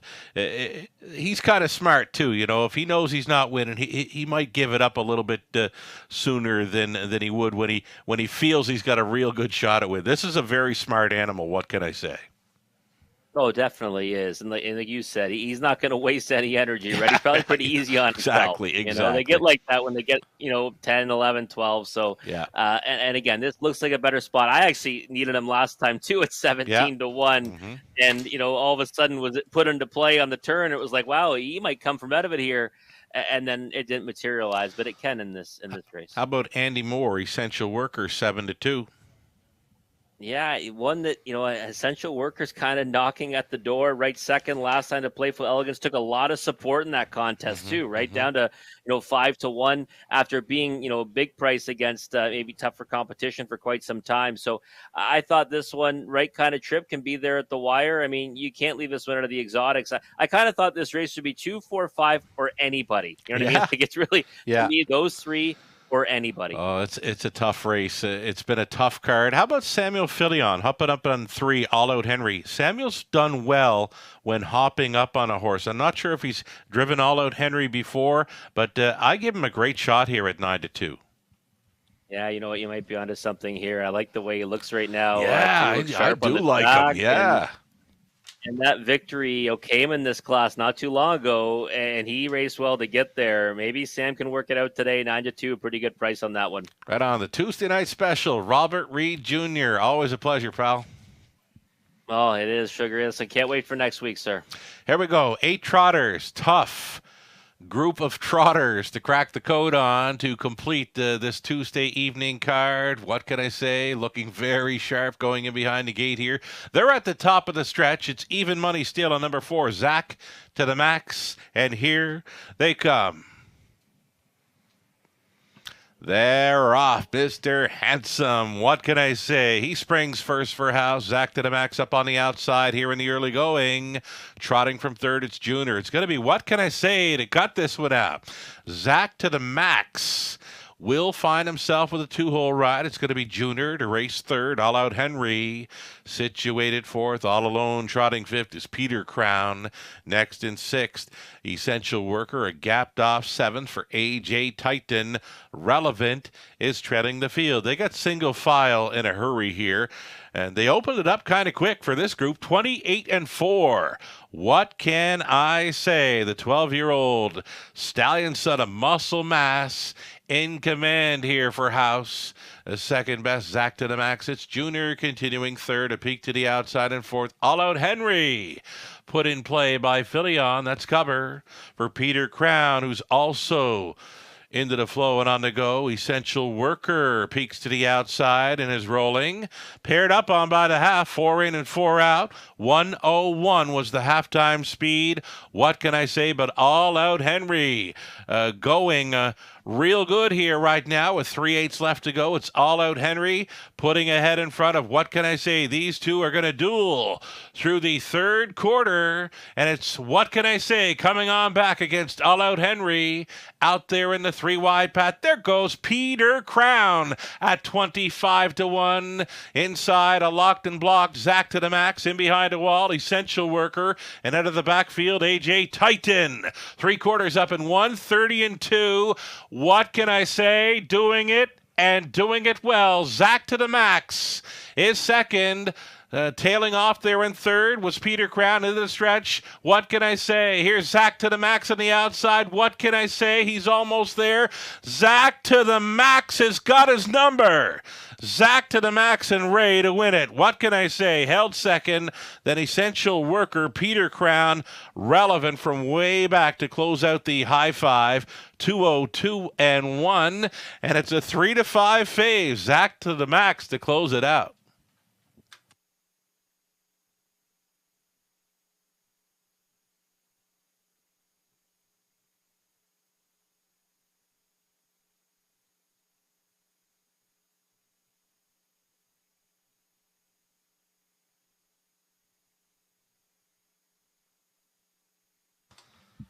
That's a 4. Zach to the Max, finishing up well tonight to win in 2:02 and 1. 4, 2, 5, 8, and 7. The winning high five combination.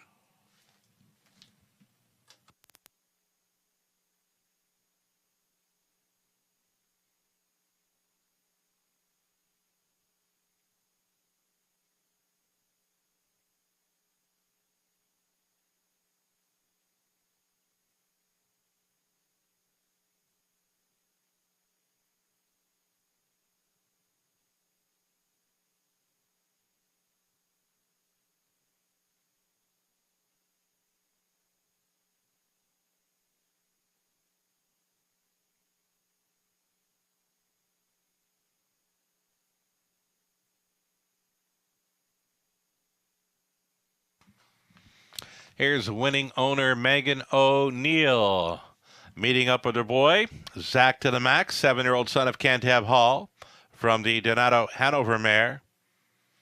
Aspidistra, Hanover, Megan O'Neill of Denfield, Ontario, owning Jack Ray training. Scott Ray driving to win. Zach to the Max, his 21st career victory off the Schneid here for his first win of 2023. Congratulations. A winner paying $350. Exactor 12 even. Dollar try 2015.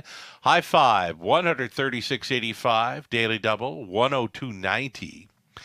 Pick 3 on the race 10. 20 center worth $48.96. The pick 4 for $1, $1,622.60. The pick 5, 20 center, $1,169.59. So Junior was 8th. What can I say? 2nd. All Out Henry 7th. Zach to the Max was a winner. Essential Worker 3rd. AJ Titan 6th. Relevant was 5th. Peter Crown 4th. 28 and 4, 101, 130 and 2. Mile of 202 and 1. It was Zach to the Max. From the top, an 827, 13654.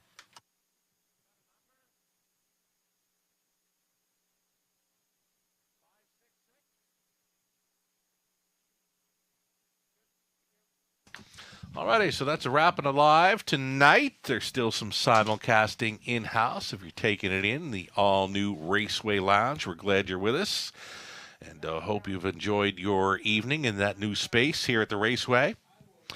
Total wager on the night, $566,000 and change. Thanks so much for playing tonight and always. And again, we're coming right back tomorrow evening. It's another 5:50 start time from the Eye in the London Sky. I'm Sugar Doyle. Have yourself a great night.